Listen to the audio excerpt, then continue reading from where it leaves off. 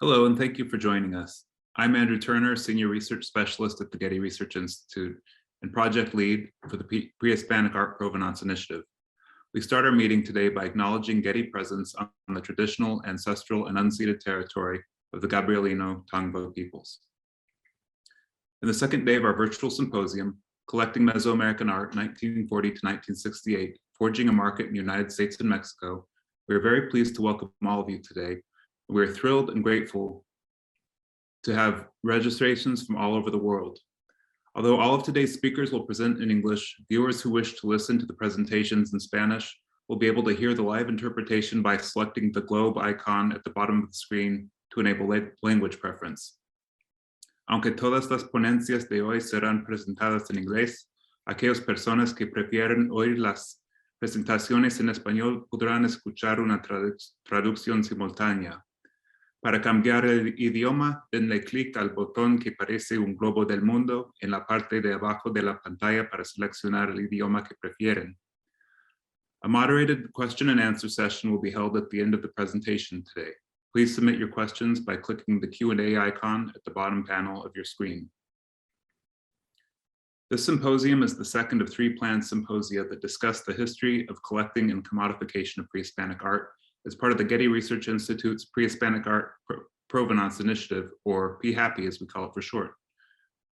Before we begin with today's invited presentations, we wanted to tell you about some of PHAPI's other activities and resources that will be made available to the public. In 2017, Ron and April Damon generously donated the records of the Stendahl galleries to the Getty Research Institute. These records include correspondence, photographs, invoices, catalogs, stock books, and other materials.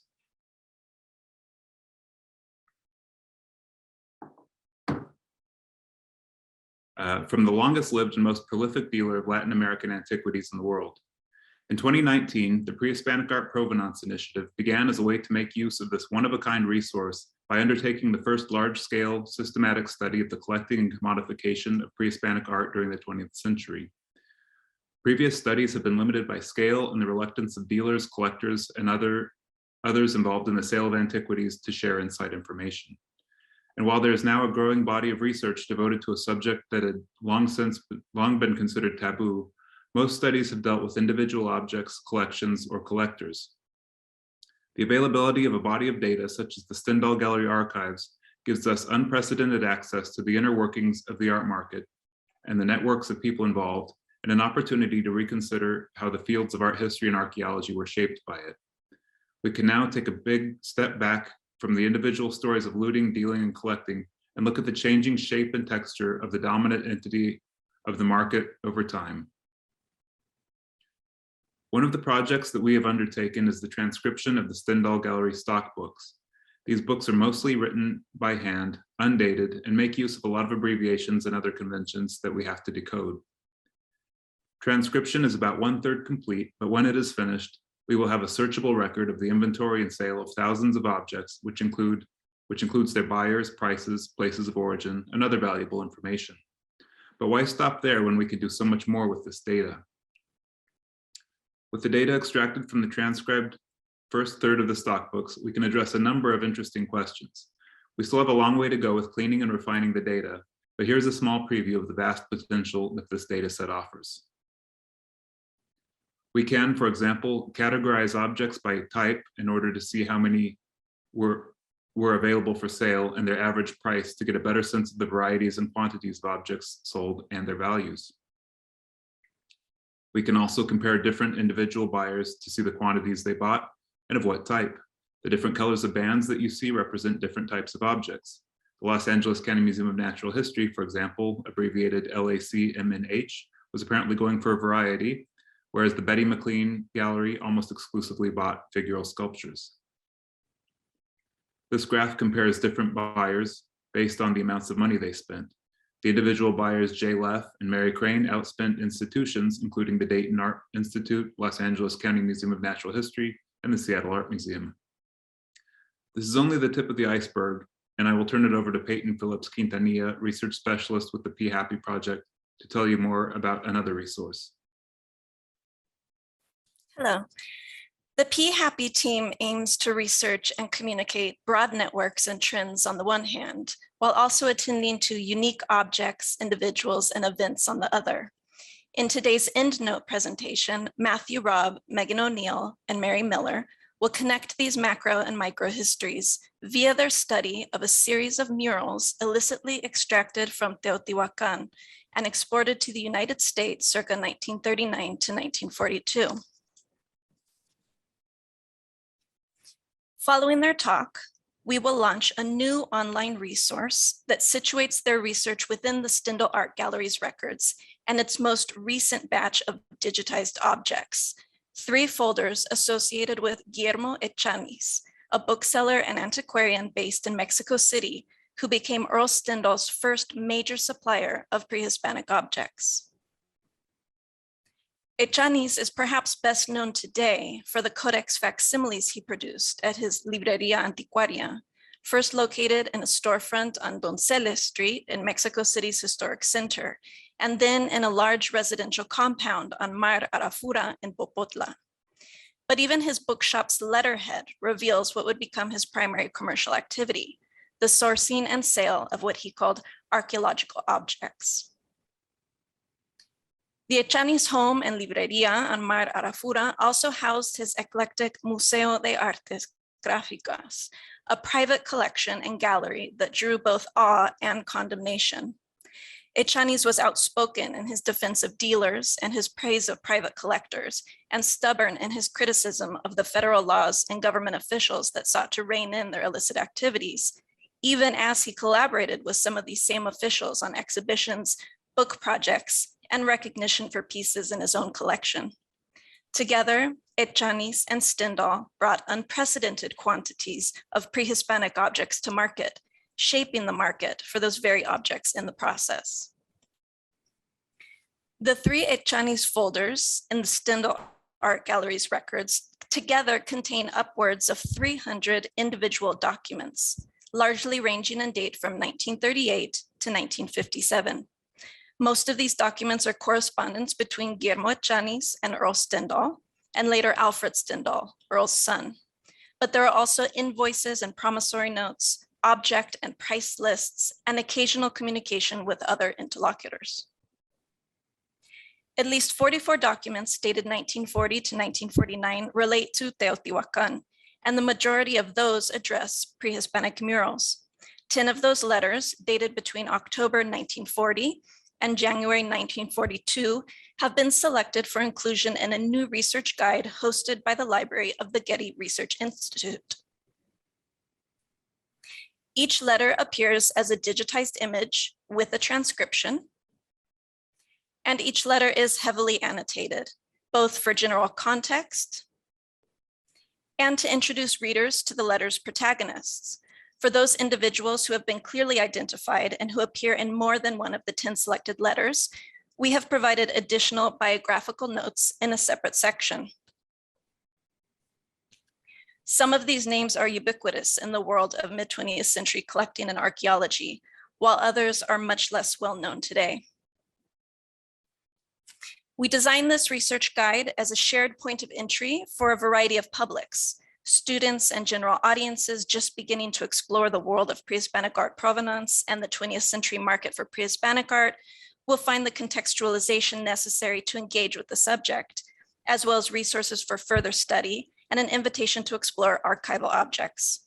Scholars, museum professionals, and others who are already working in art provenance will find an invitation to take a deep dive into the Stendahl Art Gallery's records and to explore how this archive might inform their own research, teaching, advocacy, and outreach. And with that, we will pass the screen to our first speaker. At the middle of the past century, film industry professionals, actors, directors, screenwriters, and others were disproportionately well represented within the small community of collectors of pre-Hispanic art in Southern California. The director, John Huston, made reckless bets with his art dealer and drinking buddy, the former jockey Billy Pearson, and the payoff often involved a Mesoamerican ceramic or a forgery by Brillo Lara. As part of his divorce settlement with his third wife, Evelyn Keyes, Huston lost his first collection of pre-Columbian sculptures, but then set out upon rebuilding it, often with objects of dubious provenance. After being blacklisted during the Red Scare, the screenwriters Dalton Trumbo and Hugo Butler returned from their exile in Mexico City with suitcases full of sculptures from Teotihuacan and Tlatilco. And Mr. and Mrs. Charles Lawton, we read in the February 1945 issue of Vogue, quote, live in a swirl of enjoyment over the acquisition of a new, actually very old, but new to them, object from Peru, now installed alongside their collection of Mesoamerican sculptures. In this crowd, Vincent Price stands out for several reasons. Unlike most other Hollywood collectors, he had formal training in art history, both at Yale and at the Cortland Institute of Art. More so than the rest of his cohort, Price was thoroughly dedicated to popularizing art history and art collecting as illuminating for all social classes. Through his writings on popular magazines, his collaborations with the Sears Roebuck Company, the Vincent Price Art Collection, 1962 to 1971, and his enduring gift to the region, East LA College's Vincent Price Gallery, later Vincent Price Art Museum. Price's tastes were Catholic, lowercase c. His collection included works by Goya and Richard Diebenkorn, Nazca's polychrome ceramics, and a very large stone sculpture from the Huasteca. But regardless of how wide-ranging his tastes were, it may have been, the art of ancient Mexico clearly had a very special place for him. Of his first visit to Chichen Itza, Price wrote that instantly he knew, quote, I was a Mayan too. And while he traveled widely, Mexico was a country to which he returned time and time again, as he states in his autobiography. My wife, my son, and I take off for Mexico whenever we can. We have made incomplete surveys of the Toltecs, Aztecs, and the exuberant Baroque art of an architecture of Mexico. When asked how he became interested in then what was commonly referred to as, quote, primitive art, Price identifies European modernism's so-called discovery as key. Quote, the relationship between African and contemporary art was the thing. Modigliani was one of my first loves in modern art. Actually, the first drawing I ever bought was a Modigliani. So I began to learn about Modigliani. I think one of the things about owning a painting is that you do your research because you want to find out about it and the artist. When I discovered Modigliani, of course, I discovered African art. He was my introduction to it. Through his life, he would repeatedly underscore the connections between pre-Columbian art and European modernism. Of the ancient Peruvian sculpture in his collection, he wrote, quote, if you can understand this and not understand modern art of Paul Klee and Joan Miro, then somebody's looking sideways at something and not seeing anything. Not that I hadn't seen it, Price continued, but without Modigliani, I wouldn't have realized its connection to modern art. I bought the Modigliani when I was in college in 1930. It was at that point that I really began to learn about primitive art. Then coming out here, which is to say Los Angeles, it was through Stendahl, of course, that I became acquainted with pre-Columbian art of Mexico. The thing that was so exciting about the Stendahl period for me was that you were co-discoverer with him, end quote. With pre-Columbian art, if Arensberg famously preferred rough stone and Bliss Wood's polished stone, Price preferred what he called early material. Quote, the earliest material is terribly exciting for me. Olmec, Tlatilco, Chupicuaro, that just belts me. When it gets to the Mayan, it's getting into something really Baroque or Rococo. It's fascinating and wonderful, but the appeal isn't as great to me as the early material, end quote. That said, Price makes a point of noting that these preferences are elastic. Mind you, I wouldn't turn down a little slab from Bonampak or something like that. It was Stendahl's very good candy that first drew Price into the gallerist's orbit, but ultimately it was an intersection of mutual interests, family businesses, and happenstance that defined their encounter. Quote, one time I was able to supply Stendahl's company with corn sugar because my father, who incidentally was also a candy manufacturer, was the head of a corn products company. I used to go in and then there'd be boxes of figurine heads and we'd try to guess what they were. In addition to Stendahl, Price seems to have crossed paths with many of the other major collectors and events of pre-Columbian art in the region. In 1960, the real estate developer and booze importer Jules Berman began to promote his Kahlua liqueur with ads that featured West Mexican ceramics, often drawn from his personal collection.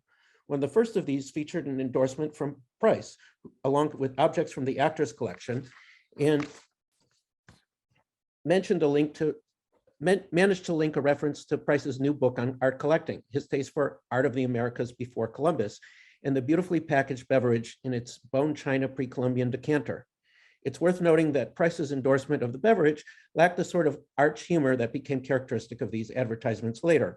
Berman and Price may have shared an interest in West Mexican ceramics, but Price apparently found little humor in absurd anachronisms. Of the 4 years after the Kahlua ad with Price appeared, when Masterworks of American of Mexican Art, a blockbuster survey curated by Fernando Gamboa, appeared at the Los Angeles County Museum after a long European tour. Price narrates the audio guide and was interviewed for KJH Television's news report about the exhibition. Price's role in the art world reflects many of the concerns, connections, and communities in Southern California's art scene of the era. One of his central preoccupations for decades was the absence of a local arts institution worthy of a major metropolis. Prior to 1961 and the 1965 relocation to its present-day campus on Wilshire Boulevard, what is today LACMA was part of the Los Angeles County Museum of Natural History, Science, and Art. And as the institution's name suggests, the art was frequently relegated to third place, the least important part of the museum's mission. Or in the words of gallerist William Copley, the museum was, quote, a mausoleum which harbored some misacquisitions of William Randolph Hearst and a few stuffed animals. Along with Walter Arensberg, Earl Stendahl, and the actors Charles Laughton and Fanny Price co-founded the short-lived Modern Institute of Art, 1948-49, where he also served as vice president on the board of trustees. Given the inspiration or appropriation of non-Western cultures foundational to Western modernisms, the Institute also showed African and West and Native American artworks. Yet this effort failed after only 15 months, a victim of perpetual financial troubles. The contrast between Los Angeles's leading role as in the nation's culture industry and the general disinterest in the fine arts made the city, in his words, a funny, funny place. In spite of the failure of this and several other subsequent attempts to start a Los Angeles institution dedicated to modern and contemporary art before MOCA, 1979 to present, Southern California provided a collector and aficionado like Price with other opportunities to share his passion, including that for the pre-Columbian. Consider the educational film, The Mayan Through the Ages, which Price narrates along with Ralph Bellamy and Irving Pichel. Funded by the United Fruit Company and directed by Hollywood producer and fellow Modern Institute of Art trustee Kenneth McGowan, this didactic movie is noteworthy for several reasons. McGowan, in addition to having produced scores of successful Hollywood films like Young Mr. Lincoln and Alfred Hitchcock's Lifeboat, was a passionate student of prehistory and co-author of the popular study Early Man in the New World, 1950.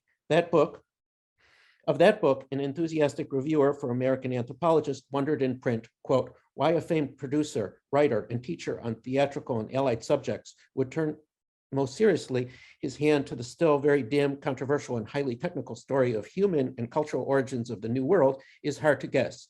Perhaps it is the dramatic background of vast voiceless continents, giant beasts, and furtive but bold human pioneers, end quote. But regardless of his motivations, McGowan was able to recruit top entertainment talent to narrate the footage shot by Gilles Healy with his treasured 16mm camera. This film distinguishes itself from other mid-20th century documentaries about the Maya, principally for the footage of Bonampak, a sequence narrated by Price. There's a lot that can be said about this film, but given that Price's involvement is simply that as one of its narrators, I'll limit myself to a couple of observations. In the footage filmed at Bonampak, there's a shot which pairs, quote, at the left, the head of an ancient Maya whose profile agrees strikingly with that of the Lacandon beside it, end quote. This pairing repeats a trope that we see in the Chichen Itza footage of Eisenstein's Mexican film, a photograph reproducing Anne Axtell Morris's Digging in Yucatan, as well as Manuel Alvarez Bravo's Niño Maya de Tulum, Laura Gilpin's Temples of Yucatan, camera conical, and in popular culture. The repetition of this juxtaposition of the living 20th century Maya and the faces of the ancestors carved in stone reflects the need to assert emphatically the former's heritage in light of centuries of European speculation that the ruins were built by Egyptians, Javanese, Norsemen, space aliens, or some other visitors. And for those of you that have read Natalia Maklouf's brilliant new book about Francisco Lazo's Habitante de las Cordilleras, 1855, you'll remember the same strategy, the pairing of an ancient artifact in the present day Peruvian air in the South American context as well. Another striking thing about the film is the political background of the collaboration between McGowan, Price, Pichel, and Bellamy. Made during the period that saw the Hollywood 10's defiance of the House Un-American Committee's activities at committee in October 1947, the exhaustion of their legal and professional options, and the prospect of another round of hearings, the documentary, The Maya Through the Ages, is framed as much by the Red Scare as it is by the interest of mid-century media industry professionals in the study of Mesoamerica. While never a member of the Communist Party, Price had been active in the Spanish Civil War relief efforts in the 1930s, and probably for this reason, he was later effectively, quote, gray-listed or almost blacklisted, designated by Senator Joe McCarthy as a pre-war anti-Nazi sympathizer. Irving Pichel is an actor and director best known for his anti-Nazi war dramas, at least one of which, The Man I Married in 1940, was made before the United States declared war on Germany. This may have later contributed to him being blacklisted as one of the Hollywood 19. Mexicanists will probably remember him from his role as General Carvajal in the 1939 Good Neighbor biopic Juarez.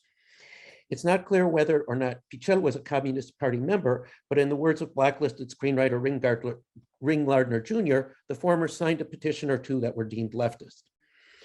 And we all know the story about how the film's underwriter, the United Fruit Company, successfully misrepresented Guatemala President Jacobo Arbenz as a communist and aggressively lobbied the US government to intervene when Arbenz made uncultivated company land available for peasants to farm.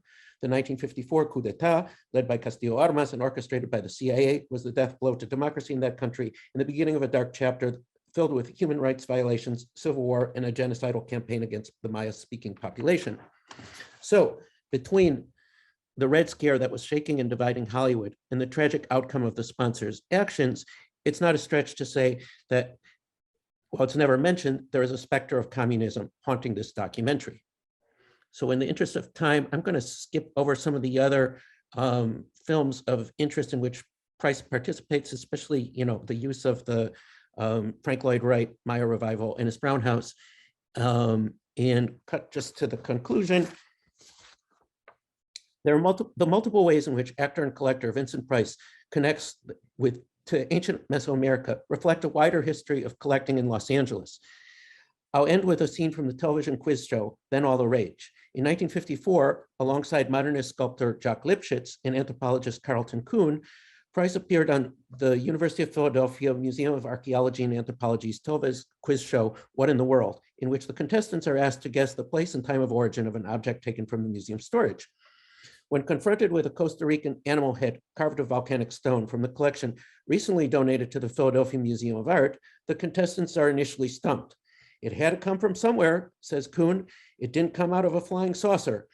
It came on Kon-Tiki, jokes Price in another potshot at the diffusionists. Joking aside, it came from the Arensberg's living room, where it sat beneath Brancusi's kiss and bench, and before that, from the Stendahl gallery.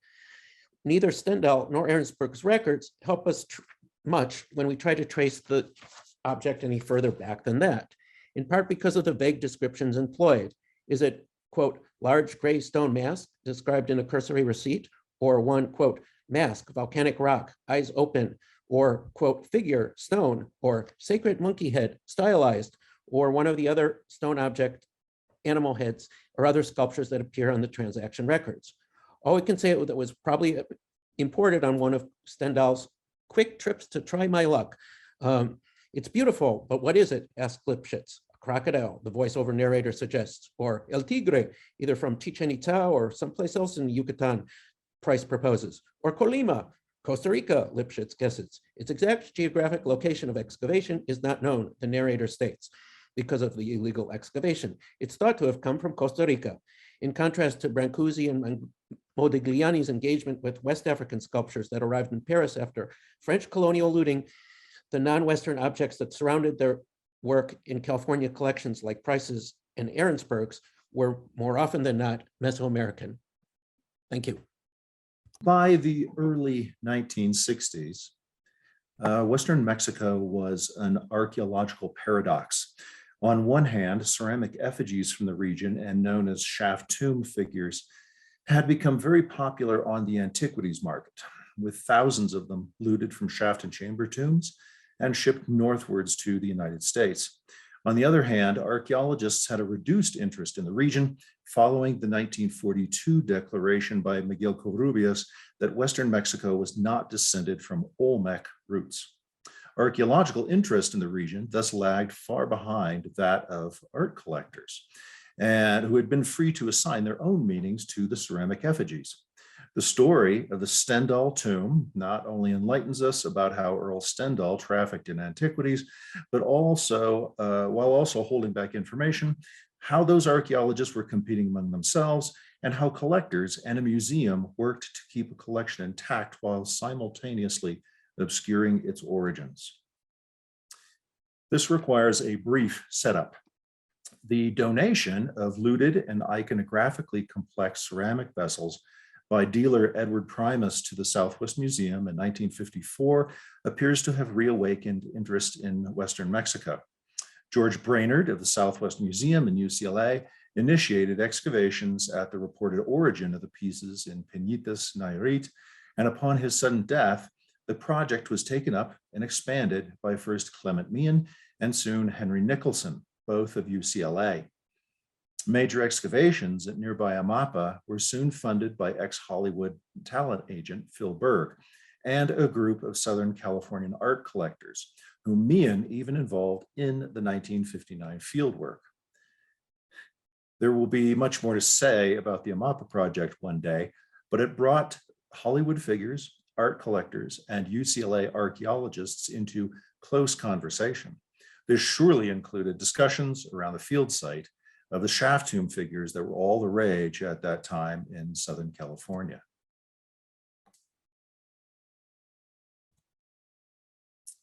Now, archaeological interest in the shaft tomb figures may have grown through this interaction with art collectors, but a key event was the looting of a shaft tomb in central Jalisco just 3 years after the Amapa project.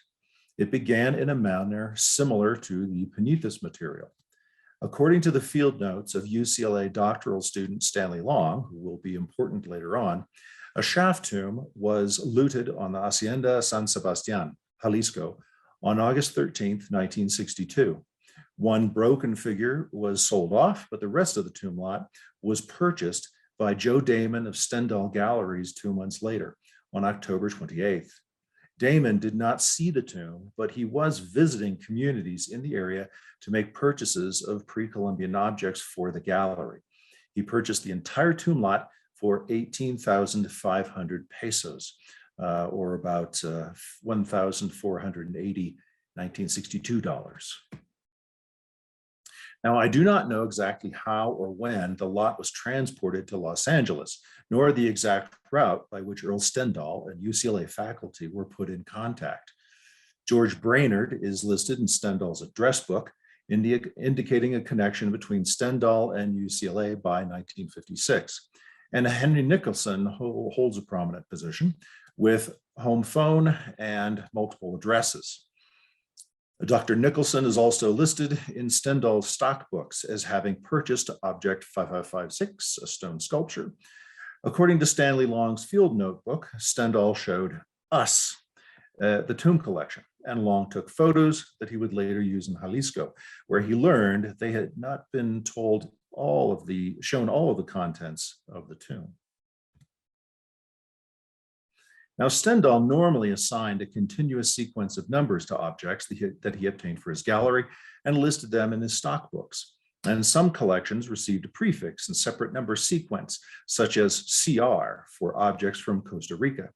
Stendahl assigned T numbers to the objects from the San Sebastian tomb and marked the objects themselves with these labels, but I have not located any entry for them in the stock books. Each hollow ceramic effigy, vessel, obsidian mirrors and points, a pointy stone thing, and shell trumpets received a number, and Stanley Long later listed these designations in his dissertation. Long spoke with one of the looters in the field, and he described items from the tomb that Stendahl had not shown at the UCLA people. These are mostly low value and high bulk items that may have been left behind in Mexico. Now, the collection passed from Stendahl Galleries to the Los Angeles County Museum, later Museum of Natural History of Los Angeles County, in July of 1963, but under the name of Dr. Milton Heifetz, a Beverly Hills neurological surgeon without prior connection to this case. Heifetz is not in Stendahl's address book, but museum director Herbert Friedman is. Heifetz served here as an intermediary between Stendahl and the museum. And to sweeten the pot, the collection was valued by Stendahl at $25,000, or some 17 times its purchase price. Now, Heifetz and Friedman make no bones about the fact that the collection is held by Stendahl, but Heifetz's initial donation letter, Friedman's response, and the later accession records not shown here all attribute the collection to a single tomb in Nayarit rather than to Jalisco to obscure its origins. Yet an internal letter from Director Friedman in the middle of all this correspondence recognizes that the collection is from Jalisco. The Nayarit fiction was maintained in correspondence until at least January of 1965, right about the time that the first official archaeological publications on the tomb come out. Now, Stendahl allowed sampling of 2 shell objects from the tomb assemblage for radiocarbon dating before they were turned over to the Los Angeles County Museum. A letter from Director Friedman to Dr. Heifetz on July 10th informs him that the tomb has been dated to 300 BC based on the first 2 dates made on the tomb. The dates were eventually published by Berger et al., but curiously were first published by graduate student Peter First in Science, no less. First was an older graduate student and had already made a career as a documentary filmmaker, so he was in a better financial position than most graduate students. He funded Stanley Long's 1962 field season in the area around Etzatlan, Jalisco, and I suspect that he funded at least some of the radiocarbon analyses from the Stendahl tomb and was thus allowed to publish his own articles on the dates as a quid pro quo. Indeed, First seems to claim credit for this in his dissertation after describing the first 2 dates from San Sebastian. Quotes, "I thought it advisable to date a 3rd shell from the shaft tomb."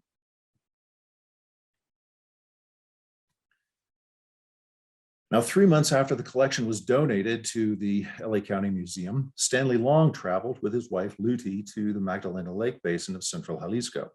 Nicholson stayed in nearby Guadalajara, where they periodically conferred. Long went to the Hacienda San Sebastian near the town of El Arenal with the aim of reopening what he called the Stendahl tomb. Arrangements had clearly already been made, as Long hired a Don Alfredo who had participated in the original looting and provided information on the layout of the tomb and other details using Long's photos of the collection as viewed in Los Angeles. Long's team cleared the tomb, mapped the remains, and confirmed the match between the tomb and the collection obtained by Stendahl. Interestingly, he notes in his field notebook that Joe Damon passed through once again just a day before Long's arrival, looking for more figures to purchase. Now, upon Long's return to the US in February of 1964, he accessed the objects from the San Sebastian tomb through the LA County Museum. He subjected the tomb assemblage to a battery of analyses in his dissertation, and it was Long's major contribution to Western Mexican archaeology. Just 1 year after completing it, he drowned while crossing a river in Colombia, where he was investigating analogous shaft tombs in that country. But the approach taken by Long may have been part of a wider strategy employed at UCLA. Graduate student Peter First pursued his dissertation fieldwork in southern Nayarit, where he re-excavated a looted shaft tomb with the aid of the original looters and documented it as part of his own dissertation, completed the same year as Long's. For reasons still unclear, First again inserts himself into the Stendahl tomb story. In his dissertation, he reviews the San Sebastian tomb and in a footnote, thanks Dr. and Mrs. Heifetz for donating the collection and collector Dr. George C. Kennedy for, quote, keeping the material intact and available for study and public exhibition after its removal from Mexico. To be clear here, he was thanking 2 collectors for their efforts to preserve the collection used in someone else's dissertation. Very murky indeed. Now, the strange case of the Stendahl tomb thus provides insights into not just Stendahl, but the gray zone in which he worked. I noted that I have not been able to identify the San Sebastian tomb assemblage in Stendahl's stock books. We might expect that, like some other large collections, that its specialty designation would have garnered it a few pages of its own, but this is not the case. We can approximate its position in the otherwise undated inventories fairly precisely, and I would estimate that it should appear somewhere among the 9,000s in the Stendahl sequence. No luck, but elsewhere in the stock books, there are at least 4 entries indicating that Stendahl had obtained lots of multiple figures from a single West Mexican tomb. There were thus other tomb collections obtained in their entirety that were bought and sold without similar attention from archaeologists. These tragedies multiplied throughout the 1940s, 1950s, and 1960s, but certainly highlight the issue of whether Long's efforts, his collusion with the dealer, actually were an opportunity to rescue information before it disappeared. Thank you all very much. The paper that I'm going to give today, The Rough Stone Man and the Impresario, Walter Arensberg, Earl Stendahl, and the Fashion for Ancient American Art in Mid-Century Los Angeles, expands on work that I began for a major essay in the book Hollywood Arensberg, Avant-Garde Collecting in Mid-Century LA, published by the Getty Research Institute in 2020. As we have heard, Earl Stendahl played an outsized role as the main impresario, supplying art to patrons in California and beyond who wanted to fill their homes with beautiful and thought-provoking artworks by California painters, European modernists, Mexican muralists, and of course, by the people of the ancient Americas. Louise and Walter Arensberg formed perhaps the most influential Los Angeles collection that combined modern artworks with ancient, mostly Mesoamerican ceramic figures, vessels, hard stone masks, and in the case of the Arensbergs particularly, many medium and large format objects made from the rough basalt so common throughout Mexico. And I'm afraid we've gone through the only picture that we will see of the Arensbergs as people, and they will be represented by their collection from here on out. Here we look through the Arensbergs' Hollywood home's living room, past paintings by Rousseau, de Chirico, Picasso, and Duchamp, to their foyer, where, as we see, a basalt goal ring used in the Mesoamerican sacred ball game dominates the entryway. The Arensberg love of rough-hewn sculpture like this was so pronounced that Alfred Stendahl, Earl's son, dubbed Walter Arensberg a quote-unquote rough stone man, in contrast to Robert Woods Bliss, founder of the Dumbarton Oaks Museum, who he called a quote polished stone man. The Arensbergs were ahead of their time in collecting throughout their lives and had actually begun to purchase works of ancient American art during their early years of collecting in New York in the 19-teens. They bought paintings and sculptures from the Armory Show and right afterwards, and their apartment became the home for New York Dada, the couple hosting a nightly salon for bohemians and creatives. As we can see in these images of their Upper West Side apartment, they owned at least a few pre-Hispanic works by 1919, including a Teotihuacan tripod vessel on the left, as well as a Mexica stone deity, uncharacteristically a little bit more polished than they usually liked, that contrasts with African works and paintings by Matisse, Brock, and others on the right. In the early 1920s, the Arensbergs moved to Los Angeles, and by 1927, they were ensconced in the Hollywood home that they would live in for nearly the next 30 years, dedicating themselves to filling it with art. According to Judy Jaffe-Silber, a frequent visitor, in a city that lacked a modern art museum, the Arensberg house filled that function for many people. When the Arensbergs donated their collection to the Philadelphia Museum of Art in 1950, it was a sore loss for Los Angeles. The Arensbergs offered not just art, but also inspiration to the local artistic community, forming a West Coast salon of art and ideas similar to the one they had fostered in New York. Musician Louis Kaufman described it as a series of, quote, stimulating discussions about art, artists, music, drama, photography, archaeology, in the midst of their oasis of enchanting contemporary and ancient art, unquote. There were many Angelenos who followed their example of combining modernist and pre-Columbian works. Vincent Price was one, as Jesse Lerner has discussed today, and also mentioned Charles Lawton, but there were many others, some whose collections were just beginning to trace, partly with the help of the Stendahl archives, as well as with auction records and other documentary sources.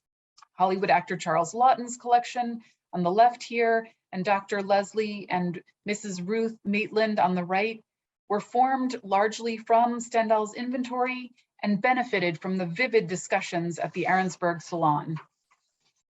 We are only beginning to understand the complex web of collectors, dealers, and boosters operating in Los Angeles at this time. And I just want to say, Angel, I really was planning to already talk about this, but I'm so glad you opened up discussion on this diagram yesterday. I think this is a really rich source that we're going to be talking about for a long time to come.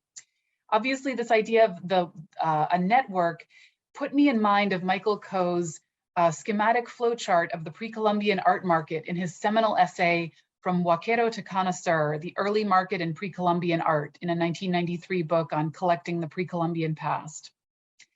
In the essay, Coe goes into great detail on the dealers in this type of art and the many hands these works passed through to get to people like Stendahl, referred to by Coe as the, quote, king of the West Coast. While Coe emphasized that, quote, within this triangle of dealers, collectors, and museums, objects could and did travel in any direction, unquote. And Andrew, you emphasized this yesterday in the Q&A, but it's so worth repeating that these objects are moving in many directions. Coe does not delve as deeply into the top part of his diagram.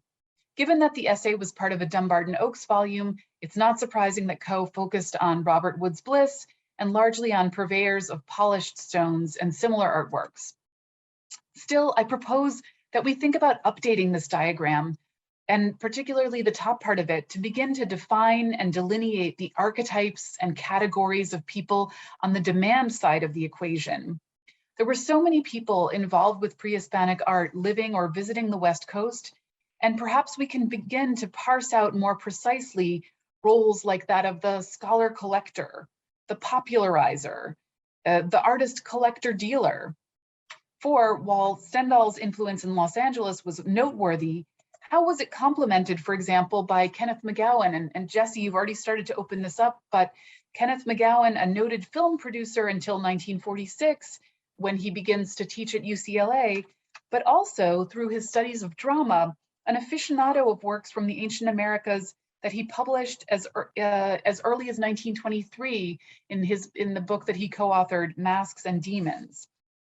McGowan had closely studied the collections at the American Museum of Natural History in younger days, and seems to have also sought out a microfilm version of the full Florentine Codex in the 1940s, making that an available source within Los Angeles. We could characterize McGowan as a scholar collector, for while he appears as a purchaser in the Stendahl stock books, his deepest passion seems to have been the gathering of knowledge, even more than objects. He shared this expertise freely. We know this from copious correspondence with Walter Arensberg, including at least 2 letters that advise him specifically on reading materials to further his understanding of the ancient Americas. And he talks about Stevens and Catherwood and says, you can just pick it up and go right through it. It's a great book, a great letter. McGowan was also a close associate of the explorer Giles Healy, the discoverer of the amazingly well-preserved murals at the Maya site of Bonampak in southern Mexico, and someone with a flair for storytelling and a wealth of in-country experience, which fascinated the Arensbergs, who explored the world only through their collecting. Healy may be thought of in this system as a popularizer or booster. He also had extensive contacts in Mexico, thereby bringing even more information and intellectual excitement into the system. In the 1951 letter, whose heading we see at the right, he suggests that the Arensbergs arranged for the Mexican journalist Cesar Lizardi Ramos to visit their collection. And Lizardi Ramos comes and actually gives them a great deal of information. They're very excited about his visit. We can see how Healy was referencing, maybe even milking, his experience in the Maya area with a glance at the stationery he was using at the time. This also suggests how these networks were expanded through travel. Some came to California as fairly long-term visitors, like the collector Robert Woods Bliss, who helped to organize an influential exhibit at the Santa Barbara Museum of Art while in residence between 1941 to 42, while others came for shorter trips, like popularizer Francis Tour, editor of the bilingual periodical Mexican Folkways, which was filled with articles by artists and also archaeologists of the period. She made frequent visits to her Angelino brother, Herbert Tour, founder of the LA Home Furnishings Mart. Francis Tour was a longtime correspondent with the Arensbergs, imploring them without success that they should visit Mexico and sending them copies of her books. She brought many examples of works of folk and modern Mexican art to her brother, many of which are now in the collection of the Palm Springs Museum of Art. Now, Tour may or may not have brought pre-Columbian works with her, pre-Hispanic works with her, but Mexican artist Roberto Montenegro undoubtedly did so. Montenegro stayed at the Arensberg home around Christmas of 1937 and would maintain a correspondence with the couple until the end of their lives. Montenegro also corresponded with Stendahl in at least one case to weigh in on the authenticity of a work that the dealer wanted to sell. So I think that's what gets at why filling out the top part of the diagram is important for the larger project. It's also reconstructing context to the degree possible. Dealers are perhaps more likely to speak candidly to other dealers about the provenance of works that they're getting. Did Montenegro get curious enough at any point about the work in question to go and chat with Etchanes in his shop? If we trace Montenegro's archive, does he then write to somebody else at the time? Seguro que viene de las excavaciones ilícitas en el rancho de fulanito en Teotihuacan ahorita, or something similar. We can start to answer these questions by better understanding these people. And really just thinking about Sandra's excellent talk yesterday, Roberto Montenegro is selling works to the Brummer Gallery in New York when he's in New York specifically to work on the 20 Centuries of Mexican Art exhibition, working alongside Alfonso Caso for some of this time. So we really need to understand this on sort of both sides of the border. Montenegro made many gifts and sold works as well to the Arensbergs, but we know that certainly in 1938, he made a present of a beautiful Mayan ceramic head, probably from Haina Island, to the couple. Perhaps this could have been the piece that piqued Stendahl's interest in these ceramics some years before the dealer would pose as a movie producer to smuggle works like these off of Haina. It is curious that my collaborators on Hollywood Arensberg and I located no photographs of the Arensbergs themselves in situ, that is, surrounded by the collections in their own home. They seem to have preferred to let images of their carefully curated arrangements of ancient and modern works stand in for them as their portrait, an idea not far from Dada ideologies they helped foster in the 19-teens. They also left few direct written references to how they understood the ancient rough stones that they gathered around them in their home and garden. In a single interview near the end of their lives, Walter Arensberg explained that they were drawn to what he called the mysterious quality of ancient American art. Responding to the interviewer's query about whether that was what attracted the couple to this material, Arensberg replied, quote, "Maybe it is something about the exploring or the discovering," unquote, that appealed to them. With the increasing availability of archives and personal papers, letters, and documents, we scholars are now better able to replicate that process of exploring, of discovering, the networks of Los Angeles mid-century collecting of pre-Hispanic art than ever before. Thank you so much. Good afternoon. Good afternoon. Buenas tardes. Gracias a los organizadores por reunirnos para tratar el tema del coleccionismo de arte mesoamericano entre el 40 y el año 68. Es un honor. Met curator, as this was precisely the time the Met was not collecting in that area. Nelson Rockefeller, however, whose collection would eventually come to the Met, did collect at that time. Here we see Rockefeller in 1969, former governor of New York, former vice president of the United States, and grandson of the founder of Standard Oil. My talk today focuses on Rockefeller, not as a collector on his own, but as part of a collecting duo with René Darnoncourt. director of the Museum of Modern Art in New York. Here we see the 6'6" Darnincourt on the left, towering over Rockefeller on the right at MoMA in 1950. Both men were ardent supporters of what they called the cause of modern art. And the two built a remarkable collection, and one especially strong in other than Western art, works that they felt had an affinity with 20th century art. As I have written elsewhere, pre-Columbian art was embraced by the Met in the founding years.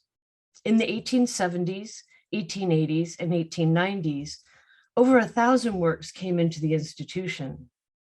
Hailed as American antiquities for an American museum, they were considered essential to the young institution. This collection, however, was reconsidered in 1914, and most of the works were sent across the park to the American Museum of Natural History. As a member of the Board of Trustees of the Met, Nelson Rockefeller tried for decades to convince the Met to resume collecting the arts of the ancient Americas, and he ultimately succeeds, but not until 1969. In a nutshell, pre-Columbian comes into the museum as American antiquities, they leave as natural history, and then finally they return in the very belated wake of modernism. Rockefeller and Darnincourt were key players in the Met's return to the field, but this was but the last chapter of a friendship that spanned nearly 3 decades, a catalytic partnership that created or contributed to some of the most influential museums of the 20th century. Nelson Rockefeller came to the modernist cause in part through his mother, Abby Aldrich Rockefeller, seen here on the left, along with a view of her home on 54th Street. Frustrated with the Met's refusal to engage with modern art, she went on to found MoMA in 1929. Abby Rockefeller felt that of all of her children, Nelson was the one who might, quote, hold the fort for the modern, end quote. He served as the institution's first president beginning in 1939. The same year, he acquired one of his first Mesoamerican works, a figurine from Guerrero. Prior to Rockefeller's friendship with Darnincourt, his collecting interests in the pre-Columbian field were enthusiastic, but relatively modest. Acquisitions were made as opportunities arose, often in the course of his travels. Well aware of modern artists' affinity for other than Western art, Rockefeller's early selections often dovetailed with the collecting habits of artists such as Henry Moore and Diego Rivera, and his acquisitions often show a marked preference for sculptures with clean, strong lines and minimal detail. Rockefeller's engagement with Latin America, particularly his role as the coordinator of inter-American affairs in the war years, is a book in itself. Suffice to say here, his time in Latin America had a profound impact on his formation as a collector. We see him here in the home of Miguel and Rosa Covarrubias in Tizapan, accompanied by Dolores del Rio, Inez Amor, and Marian Anderson. Sharp-eyed viewers will recognize the Rufino Tamayo on the wall. Rockefeller met Miguel Covarrubias in Bali in 1930, and they remained close friends for years. As Antonio noted so insightfully yesterday, Covarrubias was an inspiration for many. Here we see Rosa Covarrubias on the left, along with a few other notables. Darnincourt himself credited Miguel with introducing him to, quote, the magic and beauty of pre-Columbian art.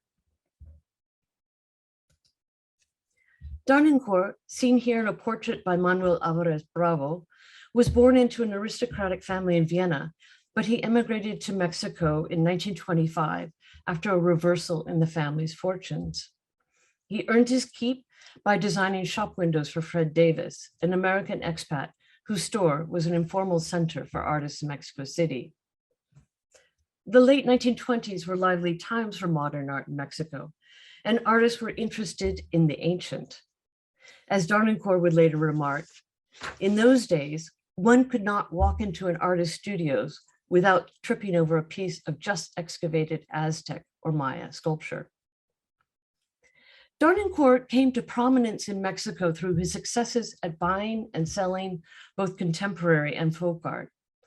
Ambassador Dwight Morrow, keen to promote a positive view of Mexico in its post-revolutionary period, invited Darnancourt to organize an exhibition on post-Columbian Mexican art. The show opened at the Met in 1930 and traveled to another 13 venues. Very popular with the public, it was less so with the Met's senior staff. The first section on popular arts was arranged in what Darnancourt called the Mercado style. Edward Robinson, the Met's director and the classicist largely responsible for the removal of pre-Columbian art from the Met some 15 years earlier, described the show as, quote, the most atrocious lot of truck he had ever seen in his life, end quote. Robinson aside, the show was very successful and it led to other appointments and projects in the US, including an exhibition of Native American art at MoMA in 1941. In one section, the exhibition featured Native American art as modernist interior design, seen here in a sketch by Darnancourt. Rockefeller meets Darnancourt through this show and invites him to join the office of the Coordinator of Inter-American Affairs, which he does, serving through the war years and traveling extensively in Latin America. Darnancourt then joins MoMA in 1944, the beginning of a nearly 20-year run at that institution. Darnancourt began serving as an art advisor and purchasing agent for Rockefeller in 1949. The goal was to build a collection of ancient American, African, and oceanic art, the art left out of the Met. Rockefeller evolved as a collector with Darnancourt. He went from being a sometimes unbridled enthusiast to becoming a systematic builder of a transformative collection. Darnancourt introduced more rigor. He was attuned to market values, and he regularly deaccessioned, often through trades. Darnancourt would identify an object, or more likely a group of objects, or occasionally Rockefeller himself did, and then they would both decide. When the work in question was archaeological, they sought the advice of Junius Bird and Gordon Ekholm, curators at the American Museum of Natural History. The two purchased works largely from New York-based dealers, but occasionally they went farther afield and acquired works directly from the Los Angeles Gallery of Earl Stendahl. In 1951, Darnancourt alerts Rockefeller to the possibility of acquiring a collection of Panamanian gold from Stendahl. Darnancourt writes, and I quote, "Stendahl claims that the works are not for sale," which means very little.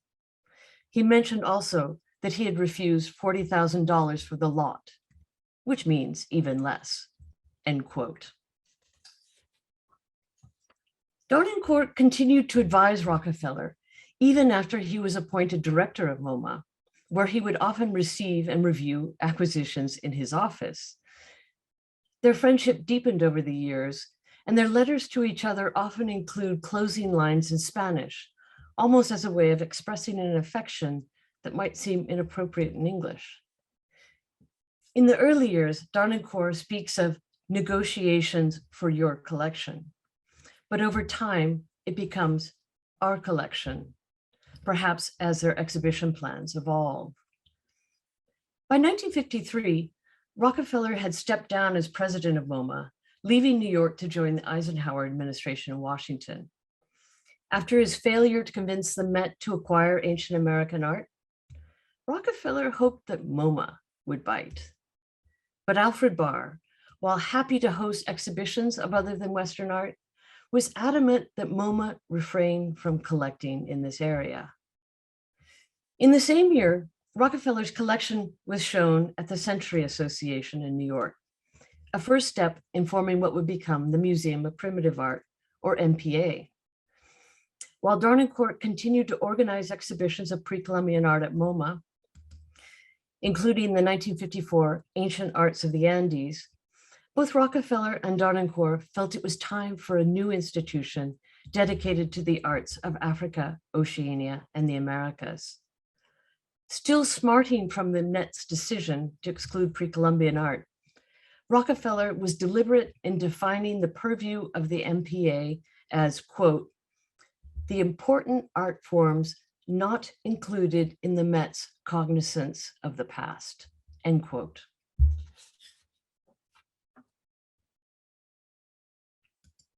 The MPA was housed in a Beaux-Arts townhouse adjacent to Rockefeller's boyhood home on 54th Street, directly across from MoMA.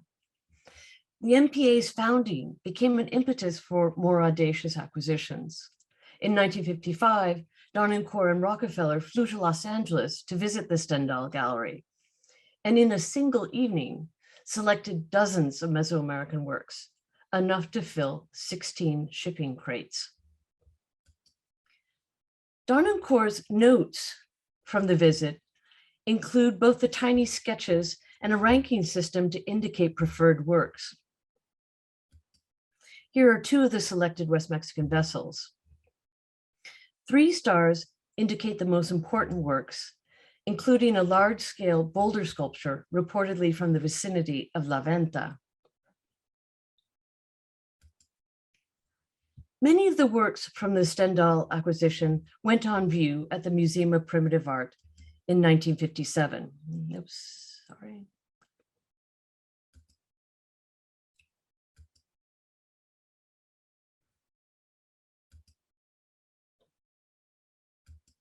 There we go.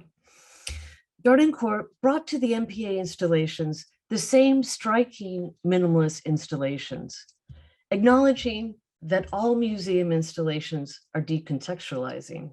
Darnancourt sought to highlight pure form, to provoke, quote, the ecstasy of the eye.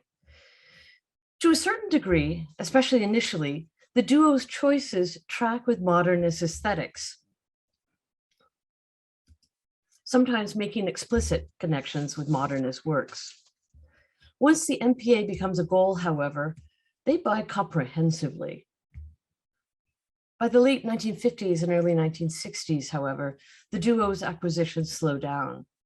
The selections are more discerning and often reflect the expanding knowledge of ancient American art and archaeology generated in the Academy. The striking Olmec-seated figure, acquired in 1965, was selected for the cover of The Jaguar's Children, an MPA exhibition catalog prepared with Michael Coe, then a young archaeologist at Yale University. By the late 1960s, however, the future of the MPA was in doubt. Rockefeller's son, Michael, whom he had hoped would take over as director, was lost on a collecting expedition. Financial matters were also a concern. Museums are expensive to run, even for a Rockefeller. The final blow, however, was Darnancourt's death at the hands of a drunk driver, just a few weeks after his retirement from MoMA. Darnancourt and Rockefeller had become even closer through the installation of modern sculpture at Kikeout, the Rockefeller estate on the Hudson River, and the site of Darnancourt's retirement party. With Darnancourt's unexpected death, the wind went out of Rockefeller's sails. He ceased collecting in this field entirely, and he moved quickly to resolve the matter of a permanent and enduring home for the collection. The agreement for the transfer of the collection to the Met was signed in 1969. Rockefeller finally prevailed. Here's a view of the Mesoamerican collection at the Met in 1982. Mistakes and all. The sharp-eyed viewer will see a few unfortunate choices on the far right, and second from the left, works now considered fakes. What is striking to me, however, and of relevance for the reframing of ancient American as modern in the middle of the 20th century, is that according to Julie Jones, who was there, the staff of the MPA still thought that they and the collections would become part of MoMA. This is a salutary reminder that in 1968, the future destination of the collection remained contingent. and that in 2022, our understandings of the past are equally so. Thank you. I am sitting here at my table desk, furiously scribbling down notes because there's so much new information that each of you presented and so many different kinds of connections drawn directly from the Stendahl archive across these different social networks. And I think one of the really, the most useful way that I can think of to start framing questions and conversations is, as Helen pointed out, to go back to that chart and try to understand some of the roles that all of these different individuals were playing in simultaneously creating knowledge about ancient Mesoamerican art, finding the objects clandestinely or legitimately through officially sanctioned excavations from INA, and then that dissemination part, I think, Ellen, you were calling it the popularizer part, which was a big part of Jesse's components in terms of talking about Vincent Price. And that the sociability, I think, that really came through, Joanne, in your talk with respect to Rockefeller and Darnencourt, to the extent that Rockefeller just kind of bows out after that relationship ends, and that I wanted to see, the sort of the bits and the pieces that y'all saw as connections and overlaps in those same kinds of ways of understanding what kinds of relationships we're talking about. How do they sustain themselves? How do they go sour? And how do those intimate, social, personal relationships have these effect on the institutions that we work for, and the collections, Joanne, as you mentioned, are so highly contingent, well, anyway, I've got lots more questions, but I want to put that out there and let y'all talk a little bit, because those were all just really great. Thank you. Well, since you brought up the updated diagram, I mean, I think both sides of the diagram, the top and the bottom, will certainly need to be updated. And I thought that was just really fascinating that we got into this even yesterday. But it's true that this idea of what are the roles that people play, what is the importance of a person, and a person, popping up at a given time, that kind of is a through line that runs through all of the papers today. So I think, maybe it's too much to ask to try to really hammer down what these archetypes would look like, but I think that this is something that really could be really rich to be thinking about this, because then it extends much past, in my case, West Coast 40 to 68, but where, what are moments that are happening, World's Fairs, discoveries, et cetera, that are getting people excited about the ancient Americas at different moments. So yeah, I think there's a lot of things to look at there. Chris. I'll just add that in some ways our that chart that we've all looked over, scrutinized at some point, in some ways it might be better structured around activities or actions rather than people. Right? Because any one person can participate in various different kinds of activities. And that might, I mean, we're talking about networks, and the key thing about networks is not necessarily the individuals in the network, but the relationships between people. And that could be sort of a different way of characterizing things. Right, more of a, oh, Jesse, go ahead. Oh, I was just going to say, certainly reading through, some of the letters in the Arensberg archive, you get a sense that, there are all kinds of people, kind of big names that you recognize, and other people that have gotten lost in the, the spin of history, that are corresponding, and they have different interests that coincide with the Arensberg's interests in different ways. And, those webs of, principally he's a collector, right? But he's got these other projects, some of them misguided, and he connects with gallerists like his next door neighbor, Stendahl, artists, and all sorts of other people in a variety of really interesting ways. Yeah. Oh, Joanne, did you have one? No, go ahead. Oh no, because one of the aspects of the chronology in terms of the sort of moment in the middle of the 20th century, when in point of fact, from a strictly academic perspective, we know a lot less about the ancient past from a kind of systematized. We've got a lot of good data, much less so than we have now. And so there's this kind of tendency, somebody like Miguel Covarrubias, who sort of like fits that role of he's got a lot of different activities in this. He does carry out or he participates in excavations. He collects, he writes, he publishes, he promotes, he sells. But he's always been that, but he doesn't have any formal training in this academic enterprise because there's not much of it to be had at this point. And I think that's so true for many of these individuals. And so there is this kind of way in which they're all kind of, learning from each other from this very weird sample that is coming out in so many different ways. And so I wanted to, but it also reminded me of that kind of Vincent Price mode of, teaching people about art. That was a big part of his impulse. And certainly I wondered, and I'm trying to sort of pull in the UCLA angle from Chris's presentations, this sort of like the role of a kind of democratization of education, as it were, and how that, giving the population access to art.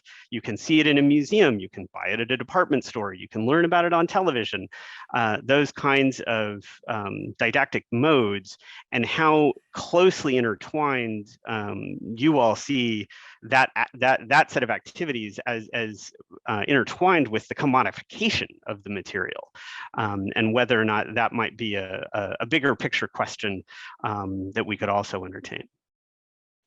It's also interesting. It's something we've all touched on this afternoon is the impact of the Second World War on what we're seeing at this stage. And it goes to what you're saying, Matthew, about democratization. Because you have the GI Bill, and so you have a very different sort of academic study of the field after the Second World War. So suddenly it's not the patrician archaeologist just studying in the city centers or the palaces. So that is changing, but also, and I think you've all said this before, the rise of the importance of Los Angeles, in the Second World War, when the East Coast was largely cut off from Europe, and these exchange avenues really shift. That was very much, for Donencourt and the American Indian projects, the Native American projects, it was very much, this is, again, we have to focus on the hemisphere at that period. And of course, as you've all talked about before, the 20 centuries of Mexican art, just there's this whole slew of Latin American exhibitions in the 40s, prompted in part by the Office of the Inter-American Affairs and so forth, really shoring up hemispheric ties in, with threats of the incursions of European fascism and socialism into the Americas. Right. Or even, that Maya through the ages. Jesse, you spoke about this, so I won't, but you have to sort of wonder in 1949, to what degree there's the commercial. That's such an interesting project because there's the commercial side of it. It's sponsored by the United Fruit Company. But it's got to have, INA gets involved. They thank INA in the beginning of that. So that's on the Mexican side, but then at the same time, the idea that people are just sort of wandering around in southern Mexico and Central America, checking out what's going on with the Maya. I mean, it seems like there's clearly some federal, US federal impetus there as well. So, you know, you've got like art, Vincent Price, the movies, but also commercial, federal, you know, ENAG is getting something out of that as well. So there's all these different, some of these are really just really rich. I'm excited to hear more about this, Jesse. This is really.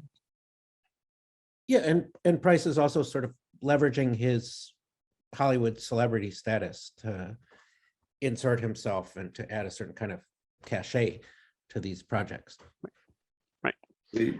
Matthew, the issue you mentioned of democratization really strikes me as interesting. You know, my presentation at the previous conference really kind of culminated at events in the 1940s, where there's this tendency for West Mexican pieces to become very they're so numerous that they're being purchased and marketed on a really broad level, to so many different people and so many different venues, and at a demonstrably lower price than the other kinds of things you see in Stendahl's stock books. And right. So you really hit something there with the democratization issue. And in LA, you know, if we just to link up with that, you know, in LA we have so many. It seems like there's so many sort of how do I put this? People trying to sort of from the ground up, trying to develop a sense of the arts, but other things. George Kennedy, a collector who I mentioned in my talk here today, he's also, you know, he was also involved in an orchid club, and you know, he has a zillion publications actually relating to orchids. So you know, these a number of these collectors, they may not have been sort of the pre-World War II elites, but they're sort of, you know, trying to sort of develop these sort of local level or groups that are you know, building up interest in different things. There's the Ethnic Arts Council in LA too, right? Right. The Ethnic Arts Council and the Southwest Museum. You know, there are these sort of loci in Southern California that have a sort of gravitational pull, but this actually brings up a question with respect to sort of cycles of institutional neglect, and we heard about this a little bit yesterday, you know, on the Mexican side, but I think we can all speak to it in different contexts on the U.S. side as well. And I'm thinking, Ellen, particularly here about the ways in which the Arensberg collection, as has come up in the Q&A, is not on view in Philadelphia, and I'm also thinking about the ways in which, and this goes back to what many of you were alluding to about the introduction of the pre-Columbian and its inclusion in the so-called primitive, and that created rather problematic, quite frankly, groupings of material within the art museums of the United States, where very often a typical, you know, art of the Americas, Oceania, and Africa department might be staffed by a single curator, who's then responsible for all of the material from all of those different parts of the world. And in some cases, many of those institutions no longer have a single curator to take care of any of those collections, much less a single curator devoted to any one of those massive areas. So I wanted to sort of see if we could talk about that. That relationship between the development of the so-called primitive as curatorial departments in the U.S. in museums, as well as that as you said, Joanne, I'm not sure if it was an aside or not, but museums are expensive to run. That this is a real issue in terms of taking care of these objects and to address some of the questions that many of our listeners have posed about repatriations, that is an expensive and time-consuming activity. And the departments that many of us have worked in at many institutions are not exactly well-funded.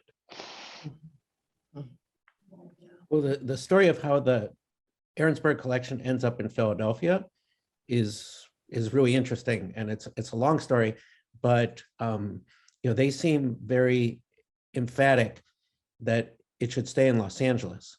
And there's a vacant lot for sale next door to them. And they were thinking, you know, maybe we could hire Le Corbusier to build something, and the collection's outgrown their house. So we could have this new museum. And then they approach UCLA and they say, you know, you need to build a building for this. And this is during the Second World War. So the funding that's not a priority.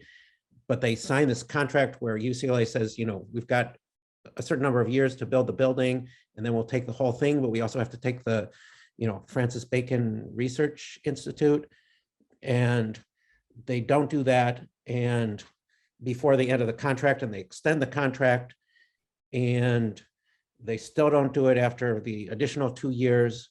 And I think at that point, the Arensbergs are in ill health, and they're like really need to get this thing off their hands. And you know, eventually it ends up in Philadelphia, but their first preference was for it to stay in Los Angeles. But the whole thing, I don't understand the connection exactly, but you know, Francis Bacon, William Shakespeare, the pre-Columbian, and the Duchamp and the modern art are a package. Oh, and they negotiate with Carlos Chavez, and they think maybe it could go in the Palacio de Bellas Artes. Wow. Wow. Yeah, they were concerned about that. I think I mean, I've written up some of that in my essay in Hollywood Arensberg, but definitely it's a very convoluted story. It also was supposed to go potentially to the Art Institute of Chicago, which was very excited about the modern part, but not so excited about the ancient part. I think if they could do it again today, they would probably be thrilled. Anyway, so yes, but cycles of institutional neglect and things, you know, things that are in fashion too. I mean, what is in fashion in a given moment? I can only, you know, I think the Philadelphia Museum of Art, you know, it came in the 50s, and probably this is also linked a little bit to that idea of Mexico as a strategic partner. And then as US dominance increases and there's just less interest in Latin America, perhaps, certainly things, start to go off view, and there are less things on view. But there are some Arensberg works on view right now at the Penn Museum. So that's very exciting. And if you go on their website, you can see some of the works. I think Princeton has a couple. Yeah, Princeton borrowed a few objects from the Arensberg collection, but now you know, the Princeton Museum is closed for renovations. A number of the objects are over at the Penn Museum, as Ellen indicated. We've got a lot of really great questions in the chat. I encourage our panelists. You know, we'll be able to individually address some of these to folks. Many from our panelists from yesterday, from Sandra, asking about how we're going to keep this all together. If we're talking about institutional neglect, how we're going to keep the information that we're putting together. Chris, there's a good question for you from our colleague Adriana Castro. Joanne from Rebecca Gonzalez, something you are probably aware of, I'm guessing, that La Venta attribution is maybe geographic more than chronological. And a really good question from Beatriz Cortez, going back to some of the issues that came up yesterday about indigenous languages. You know, pointing out, you know, even if we're going to be talking about these kinds of activities as we're going to reconfigure that diagram, I am definitely putting democratization in quotes myself in terms of these kinds of linguistic terms. And I think that this goes to this issue that's a significant one for us, about the words that we use to talk about these objects and these actions, and how they are or are not reflected. They're reflective of our values, the value systems of the institutions that we've come up in and that we work for, and so that it's very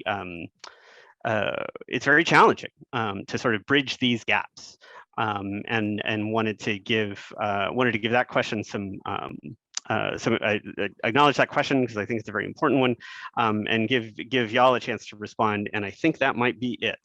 my minders are indicating to me. So any thoughts on responding to these issues about the words that we use, the language that we're using to talk about some of these actions and objects?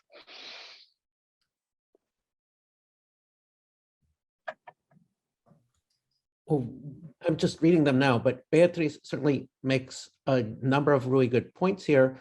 I think, sort of going back to my conclusion, the fact that these objects, or, I ended with the stone head of an animal, and we don't know what kind of animal it is, and we don't even know what country it came from, let alone, what, more specifically, what archaeological site it was not excavated, but looted from.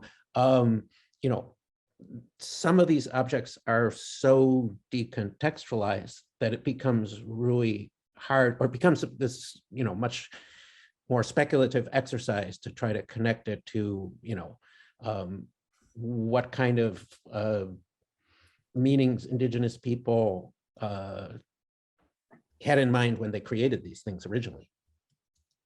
We don't know if it's, Colima, Yucatan. I mean, it doesn't look like Colima to me, but that mask is from somewhere north of Colombia and south of El Paso, but who knows?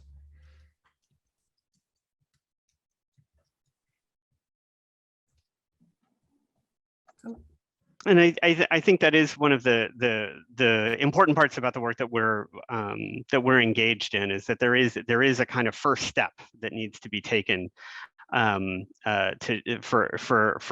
those of us who are fortunate enough to have access to this material, to make sure that we're doing the best that we can to connect those dots, so that we can be in a better position to present as complete information as we can. It is extraordinarily complex, and it does involve, I think, a constant sort of back and forth. And so this is, at least from my perspective, very much the first step on a much longer path.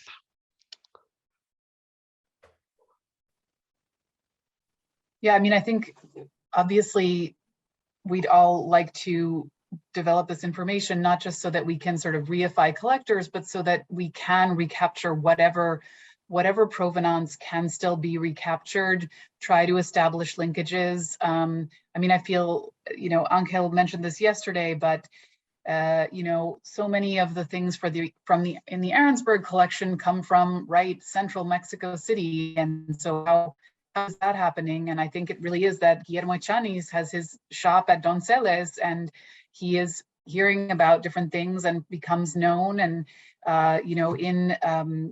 in that article that Peyton showed earlier on, he's encouraging museums in Mexico to start putting the approximate value, monetary value of works in their collection on las fichas, on the labels themselves. And so he's very much, fully transactional, but can we, are we going to ever be able to trace his movements to really try to understand where these things are coming from? I think that's certainly a goal, or to try to, and this is what your paper is dealing with in just a short time. Yes, and that I think actually is a pretty good handoff. I'm going to look at my Getty folks and say, are we taking a 5-minute break? Anyone? I mean, I'm happy to dive right in. Oof, a good question in the chat about the papers of Covarrubias. That is a story in itself. There's a good archive at UDLAP. Am I right? The University of the Americas in Puebla. They have if you Google Miguel Covarrubias archive, you should be able to find access to some there, but it is far from complete. And mostly not digitized, unfortunately, yeah. Yeah. So. But they have all of Rosa. Okay, so thank you all. That was, great papers, great questions from our audience. Thank you all so much. The ones that we couldn't get to specifically, I'm going to track down the people who asked them and get them to the right places, or we'll get some help with that. Bye. Great. Great. Well, I think at this point, it's my privilege to introduce the final presentation today. The final presentation is a collaborative project between Mary Miller, Megan O'Neill, and Matthew Robb. Mary Miller is director of the Getty Research Institute, a position she took up in 2019 after a career in art history and administration at Yale University. She is the author of many books on the art of Mesoamerica and the Maya, including her seminal early work on the murals of Bonampak, a subject revisited in recent years with Claudia Brittenham, and of course her foundational introductions to Mesoamerican art history, including the volume Maya Art and Architecture, co-authored with Megan O'Neill. Mary was also the co-curator of two field-changing exhibitions in Maya art, the 1986 Blood of Kings with Linda Sheely, and Courtly Art of the Ancient Maya from 2004, prepared with Simon Martin. Megan O'Neill is assistant professor of art history at Emory University and faculty curator at the Carlos Museum. Her publications address the ancient Maya and histories of collecting and exhibiting Mesoamerican art. Her first book, Engaging Ancient Maya Sculpture at Piedras Negras, Guatemala, opened up the fascinating object histories of some of the most extraordinary sculptures known from the ancient Americas. She has continued in a series of extremely thought-provoking articles to examine the subject of object histories from the ancient times, but also into the 20th century. In 2018, Megan curated the exhibition Forces of Nature, Ancient Maya Arts from the Los Angeles County Museum of Art, a touring show in China. Matthew H. Robb is chief curator of the Fowler Museum at UCLA. A specialist in the art and archaeology of Mesoamerica, he is known for his work on the art and architecture of Teotihuacan.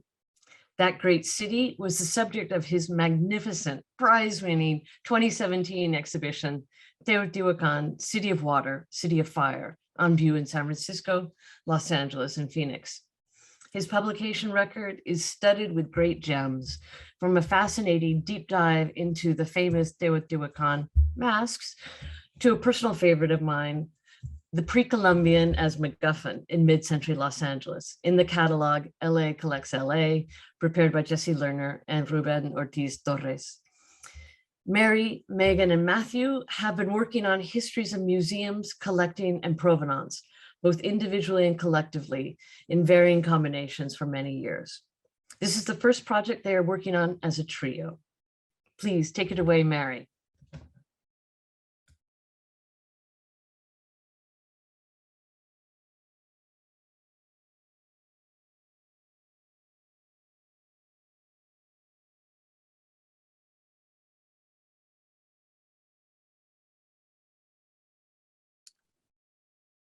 Imagine for a moment that we're back at the beginning of the 20th century. All of the murals of Teotihuacan are still at the site, either buried underground or part of the small set on view at the old site museum.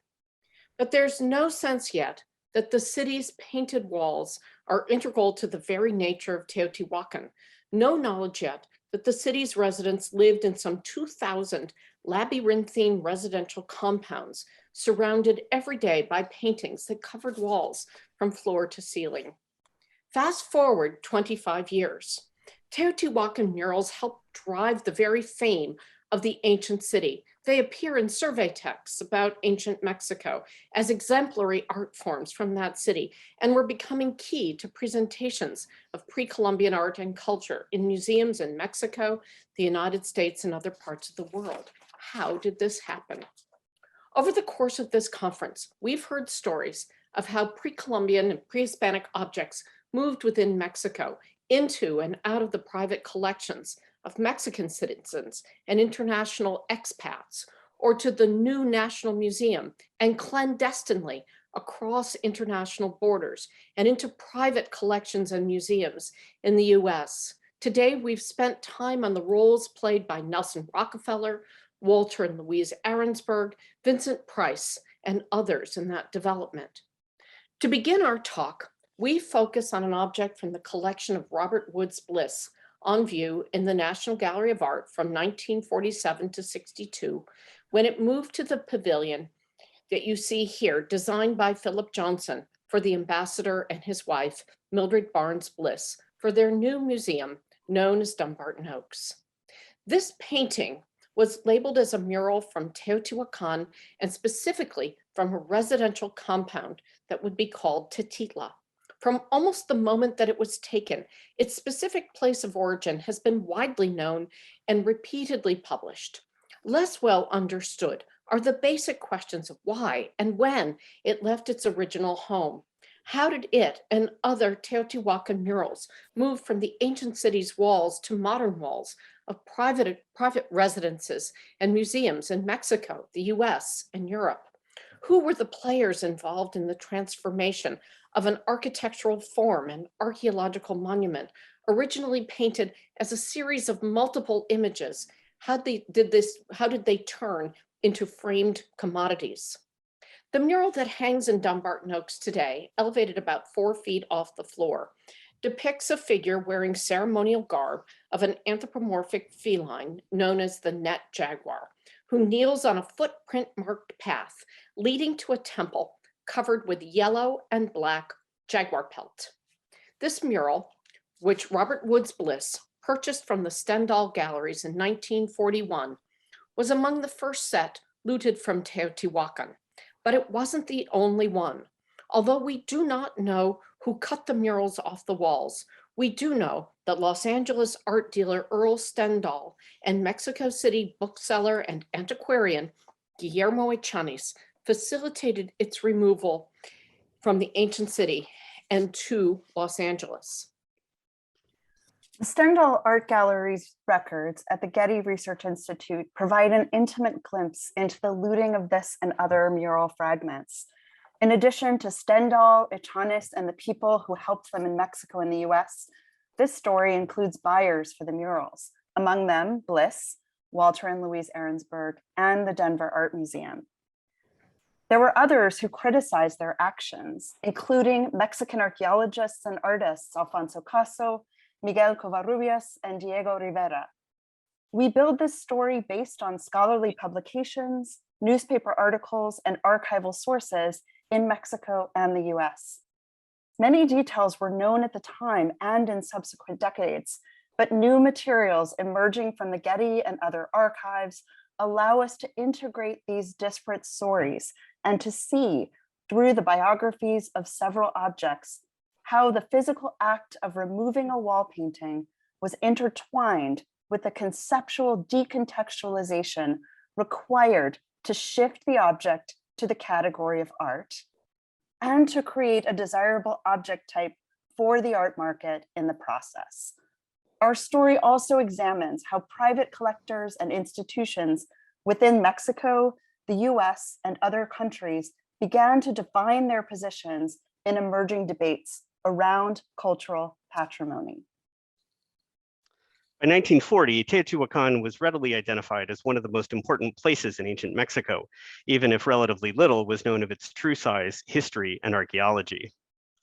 Nearby residents often lived above and within the ancient city structures, and they certainly knew that its walls were often painted. Here you can see how surviving murals occupy the lower portion of extant walls. Explorers and visitors to the site did remove small bits and pieces of painted walls, but they were curios as much as specimens. The murals that Leopoldo Batres first uncovered and published in the late 1880s at a building nicknamed the Temple of Agriculture, just south of the Pyramid of the Moon, are largely lost, though fragments of the so-called Offerings mural that you see here in the upper right do survive.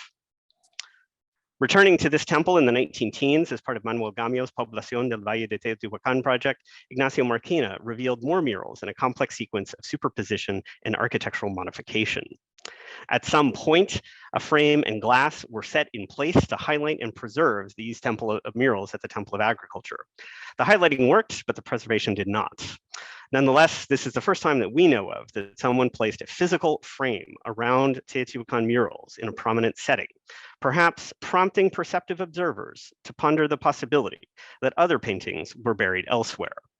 Given their fragility, prolonged exposure, and deteriorated condition, our understanding of these murals often comes from copies and copies of copies. Some were framed, perhaps intended for public display, but they do not appear in any views of the old site museum that we have been able to find. So it would have been quite a surprise for a new Mexico City magazine called Zeta in its November 1940 issue to publish 4 previously undocumented mural fragments from Teotihuacan with full color, tipped in illustrations accompanied by an imaginative text by novelist Luis Angel Rodriguez. 3 of the mural fragments' current whereabouts are unknown, but one is the mural now at Dumbarton Oaks, and Zeta was its first publication. We know very little about Zeta and its distribution, but its range of articles, relative fame of its authors, and the quality of its illustrations indicate that its audience was the well-informed elite of Mexico City. Rodriguez's text makes no mention of the murals. There's no mention of why these fragments appeared in its pages. Here, the mural fragments have been radically decontextualized. At this time, the study and display of ancient Mexican art was growing in popularity and in scope in the United States.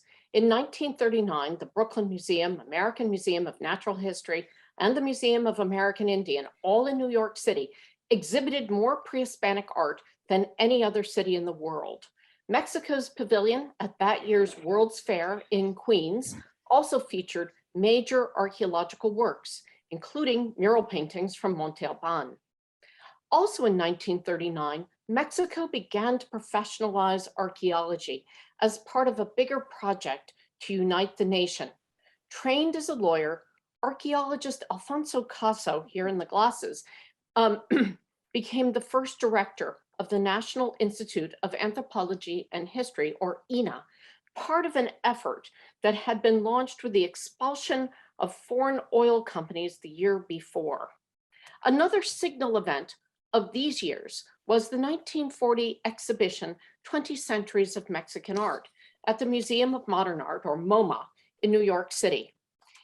It featured over 6,000 works of Mexican art, from pre-Hispanic to modern, many from Mexican national collections, but it did not include Teotihuacan murals.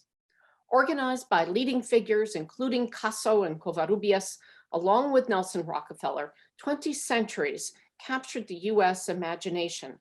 Covarrubias conveyed some of this in his Who's Who illustration for Vogue magazine, dealers, artists, celebrities, and impresarios alike.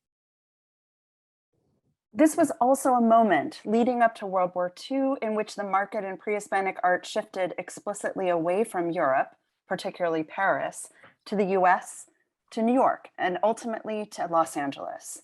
Shipping lanes closed, and as anti-Semitism and political upheaval in Europe drove artists and dealers from their homes, some established businesses in the US and Mexico. At the same time, dealers in the US were reaching out to individuals in Mexico who could supply them directly with pre-Hispanic art. It is Stendahl, perhaps more than any other art dealer in the United States, who was positioned to take advantage of Mexico's growing popularity as both a travel destination and source of art. Stendahl had already established a foothold in the growing market for pre-Hispanic art in the US, but until the late 1930s, this largely meant small-scale objects of types that were already in circulation in Mexico and Europe. Stendahl, working closely with Etchanes, developed a project to extract murals and other items from Teotihuacan. This effort represented an escalation in the size of the objects Stendahl and Etchanes moved across the border, in overall costs to extract and restore mural fragments into marketable wholes, and in the attendant risks of legal exposure. Documents in the Getty archive shed light on how objects were transformed from archaeological specimens to commercial commodities. Letters and other documents between Stendahl and Etchanes and between Stendahl and his buyers bring dry accounting records to life, as Stendahl worked to sell the mural and as Etchanes worked to acquire more, and both crafted plausible stories to sell to clients along with the objects.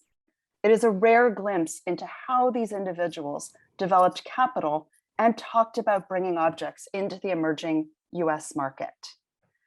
To date, the PHAPI team has identified 44 letters between Stendahl and Etchanes that mention the murals, and more than a dozen from Stendahl to other collectors curators, and museum directors between 1940 and 1965.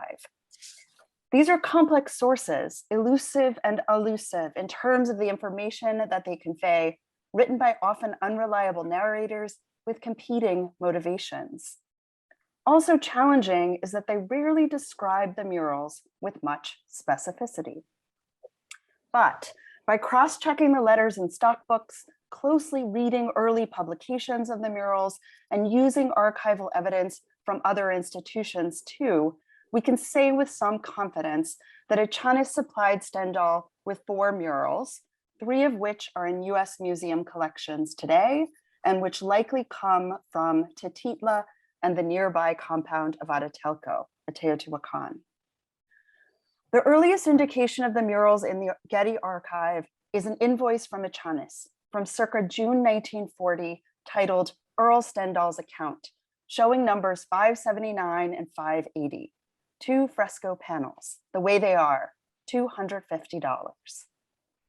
This and other documents give a sense of valuation, on the supplier side at least, for an entirely new category of objects for the art market, fresco panels. But having just the murals wasn't enough. Stendahl needed a story to entice potential buyers. On November 11th, 1940, the same month of the Zeta article, Stendahl wrote to Etchanes, asking him, quote, just where the fresco and the other 2 things came from so that I can talk intelligently when trying to sell them, unquote. 2 days later, Etchanes responded, quote, there was a ranch near Teotihuacan. The farmer found a pyramid, and in an underground chamber, there was the fresco. The most important part of it was the fresco that was bought by a local dealer. He sold part of it to a Belgian woman, and Casso learned about the rest, and the man who had it got cold feet and sold it to me at cost price, because I offered to send it to Casso so the case could fade away. I sold it to you dirt cheap because I knew how hard it was to get it out and to get it in shape, close quote. This is much a smoking gun as anything we have yet seen, naming names and describing actions and their explicit attempts to dodge Casso, head of INA. Meanwhile, Etchanes and Stendahl had lost the fresco that a local dealer sold to a Belgian woman. That would be Germaine Bensenaer, who was a direct competitor for buying pre-Hispanic art, as was the Belgian minister, Robert van de Kerkhove. Evidence indicates that the fragment in question is now at the Royal Museums of Arts and History in Brussels. Given its close similarity to the fragment now in Denver, it seems plausible to link the 2. Stendahl and Etchanes would later use van de Kerkhove in a cover story for their own illicit actions. Soon, Etchanes began to feel the heat in Mexico City, likely in response to the Zeta article. On December 7th, 1940, Etchanes wrote to Stendahl, quote, do not mention the fresco, as Casso is looking for it. Diego or someone else wrote to him about it, and he has appointed 3 lawyers to investigate the way it went out. Be very careful about this matter, end quote. Diego Rivera had made his opinion known. Also an avid collector, his interest in keeping Stendahl and Etchanes from smuggling artifacts out of Mexico may have been either to protect them or to keep them available for his own purchase. But the mural was already in Los Angeles. Having restored it, Stendahl sent letters and photos to potential clients. He tried to sell it to the Detroit Institute of Arts, who said the price was too high. And then Stendahl approached Robert Woods Bliss. At the same time, he was in communication with archaeologist George Valiant at the American Museum of Natural History, suggesting that Bliss could buy the mural for that museum. But Bliss ultimately bought it for his own collection. We think this was around July 1941, since on July 31st, Valiant wrote a letter to Bliss commenting, quote, it is certainly a stem winder, a very important piece indeed. The stockbook provides additional information about the sale. The profit markup for Stendahl from the $250 he paid to Etchanes for 2 mural pieces to $10,000 for the one that he sold to Bliss, to be about $180,000 today, is quite substantial. The other fresco, inventory 580, presents challenges in its identification. We think the scrawled unfinished indicates that it is a mural that Stendahl mentions in several letters as too fragmented for him to reassemble with clarity. A 1965 letter from Al Stendahl, Earl's son, to Otto Bach of the Denver Art Museum retrospectively describes 4 murals that the gallery once had, indicating that one was, quote, dumped. This probably was 580. Stendahl also sent Bach photographs of the murals in the process of their illicit removal. We can clearly see the mural now at Dumbarton Oaks in a shallow box, and one of the other Zeta fragments may also be visible. 580 may have been one or more of the 3 additional murals from the Zeta article whose whereabouts are now unknown. With a substantial profit made from Bliss, Stendahl and Etchanes forged ahead, seeking more murals. On January 4th, 1942, Etchanes wrote Stendahl about another ranch near Teotihuacan, also with paintings, and asked Stendahl to help buy the land, plant corn around it, and dig undercover. But he was again worried about Caso. Quote, "Here is my proposition. If you pay promptly so I can buy this land, I will accept your partnership with equal amount of my investment to pay excavation work. And then we will split on a 50-50 basis the money rendered by the objects found in 600 tombs with decorated walls." Close quote. Stendahl then worked to raise the money. He asked the Arensbergs, but Louise deemed the plan too much of a gamble. He tried to sell other items to museums, including Harvard's Fogg Museum, to fund the deal, and he also asked Bliss. On April 18th, he shared good news with Etchanes. Quote, "It looks as though we're going to be able to take care of the Teotihuacan proposition," close quote. The letters reveal that those digs were productive, resulting in more murals for sale in early 1942. But it was not the immediate financial bonanza that the Totitla mural was, for it took longer to find buyers. Based on the evidence gathered thus far, we think that one of the murals extracted that year was the one the Stendahls sold to Denver in 1965. This fragment was displayed prominently in the Stendahl Gallery in the early 40s and put on tour in later years. An updated inventory listing for stockbook number 1538 specifies this one was sold to Denver. That leaves stockbook 1539. Although it is never marked as sold in the inventory books, the price matches one that Stendahl sold to the Arensbergs in 1950, which they later bequeathed to the Philadelphia Museum of Art, where it was displayed beginning in 1953, as Ellen Hubler's also mentioned. Subsequent INA excavations at Atelco, a few hundred yards to the west of Totitla, demonstrated that this mural came from that compound's famed Patio Blanco. These photographs are some of our earliest and best images for seeing how architecturally integrated murals became paintings on walls, in some cases in association with modern paintings that were made to be framed. Their mural looting did not continue in those years, but it was not for lack of trying. In letters from 1944, Etchanes and Stendahl discussed yet another opportunity for looting Teotihuacan murals, but that was never realized, likely because Mexican authorities were keeping closer tabs on them and on the site itself.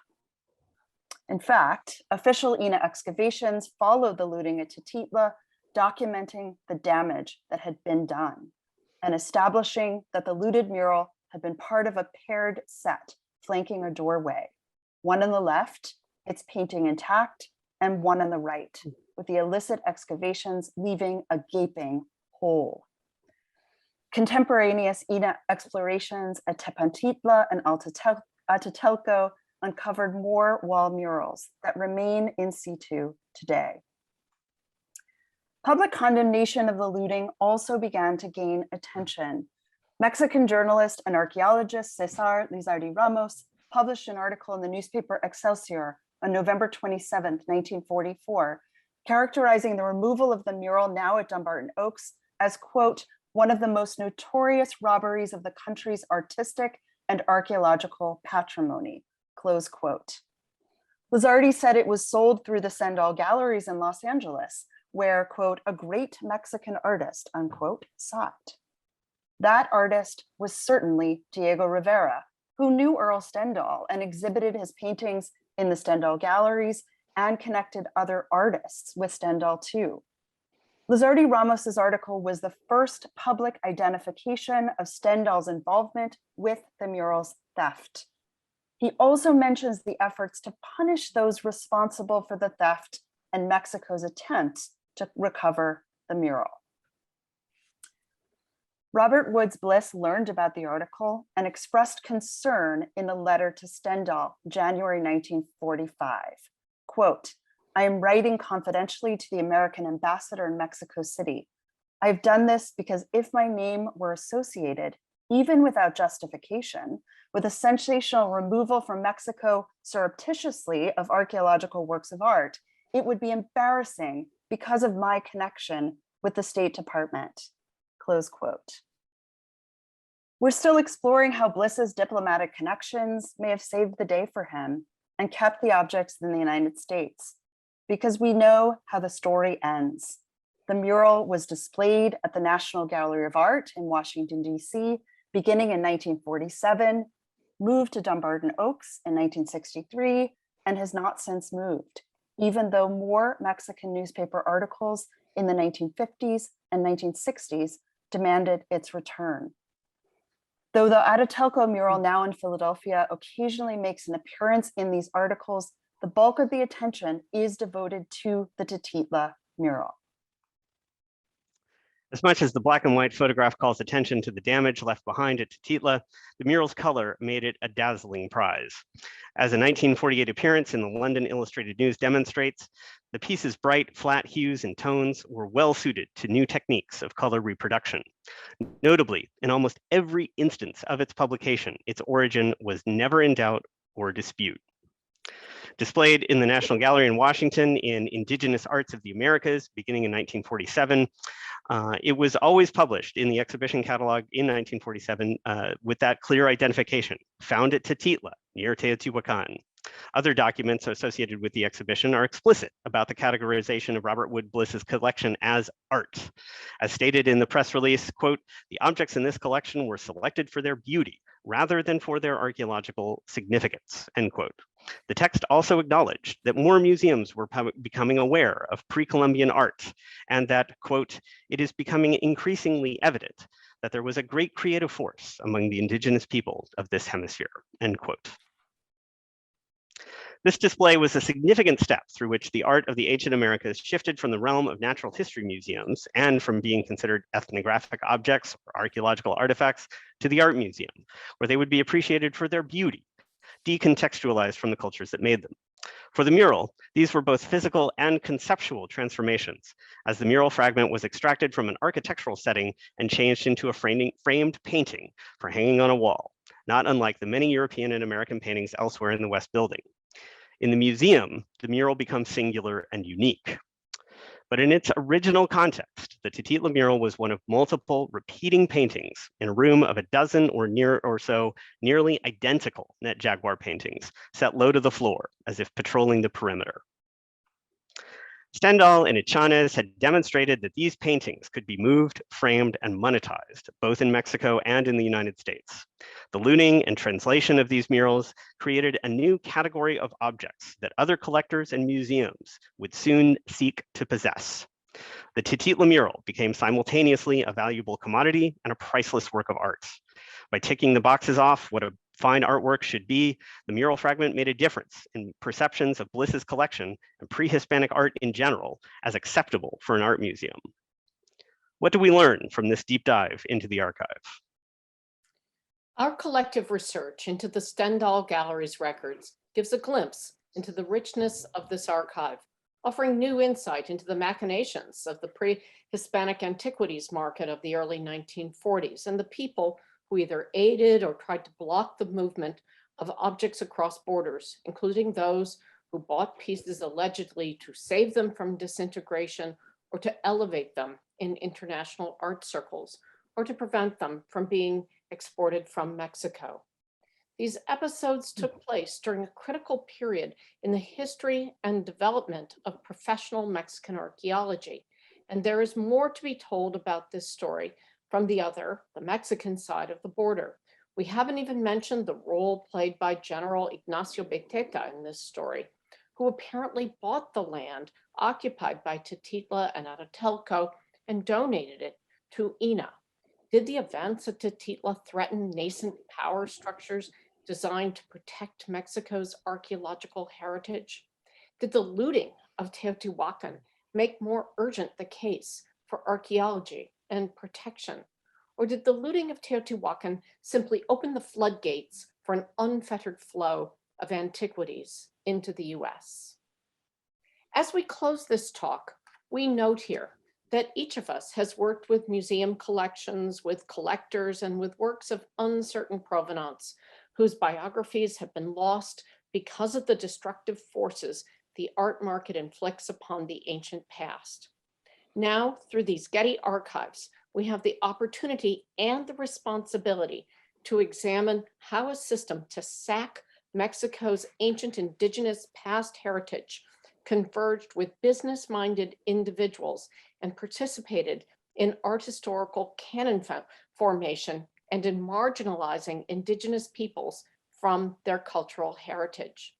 Open secrets that our predecessors seem to have known, but either downplayed or did not put into print, constitute both passive and active suppression of information and selective remembering or forgetting that has resulted in the loss of historical memory about the biographies of these significant works, as if their role in the modern encyclopedic art museum erased our contemporary collective obligation to preserve the past.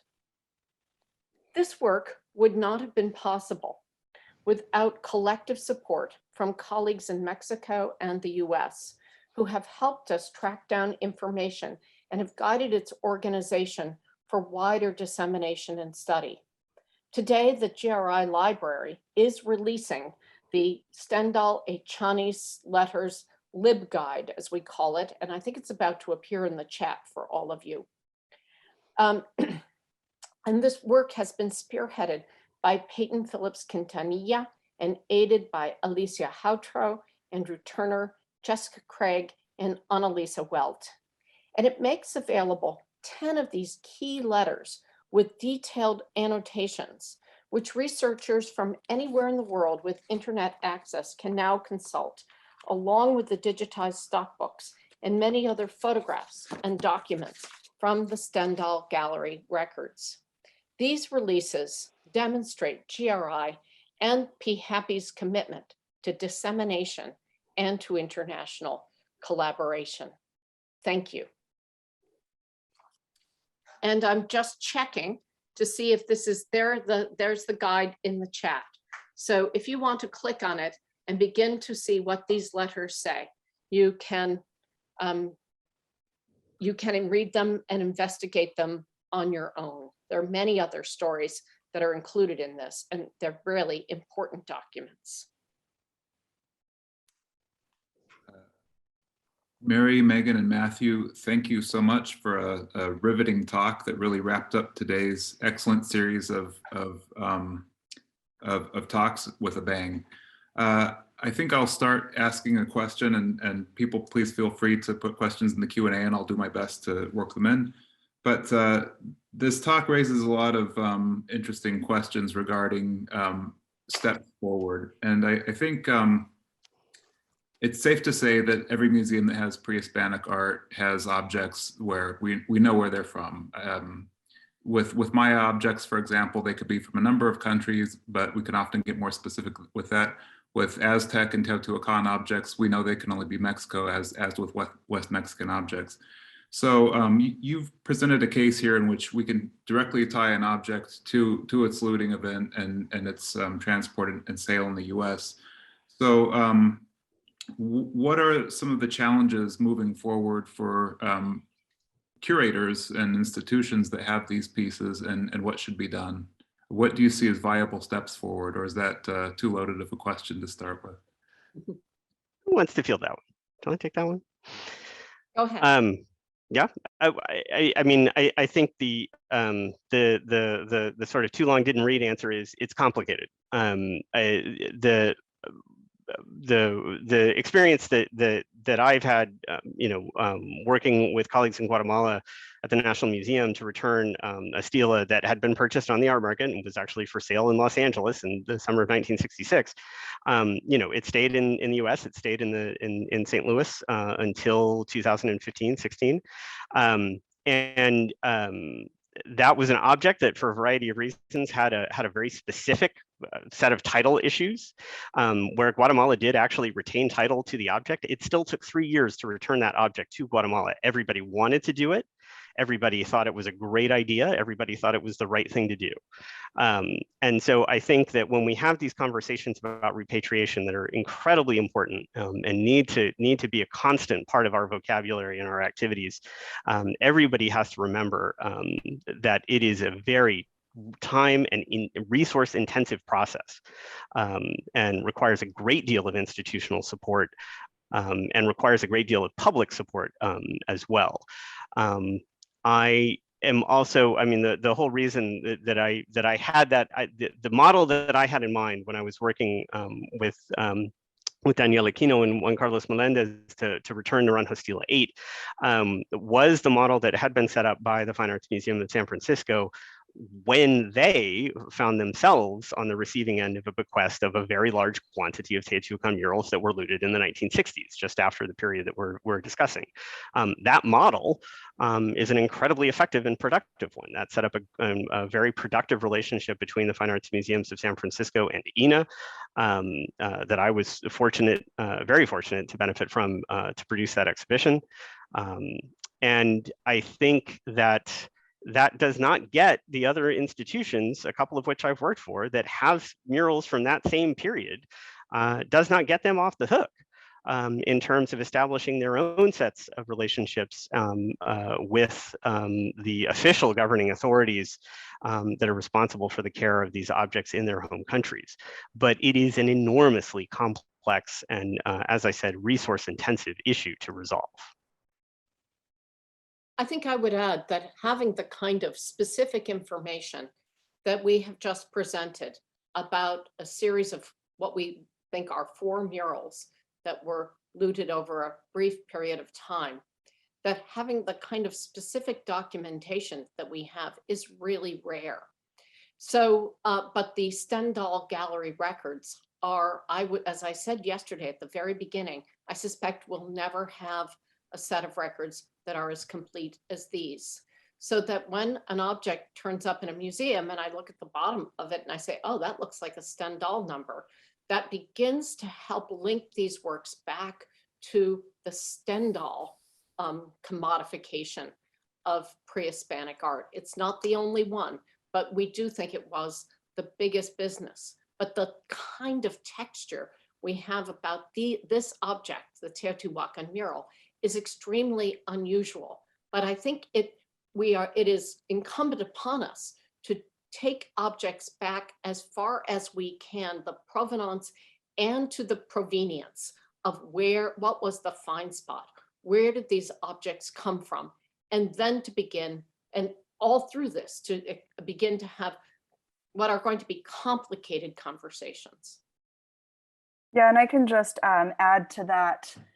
I mean, as you said at the beginning, Andrew, we can sort of guess that many of certain objects from certain cultures would be Mexico, or some, definitely Guatemala, or definitely Peru. But we don't necessarily have that information. And to also see in the archives the active suppression of information, you can see in one document, I mean, actually the Titla mural is very rare, that it retains that information from the beginning, but you can see some papers in the stock book that'll have information about where it came from. And then in the next set of documents, it's gone. And so is that because people forgot, people didn't care, or they were trying to evade authorities? Right? We can also see some patterns as well in how the Stendahl's business was changing, or Etchanes's business was changing, as they realized they needed to evade the Mexican authorities, or perhaps even US authorities as well. So that object amnesia that Gallup's Porus Kim's work brings up so beautifully and poignantly.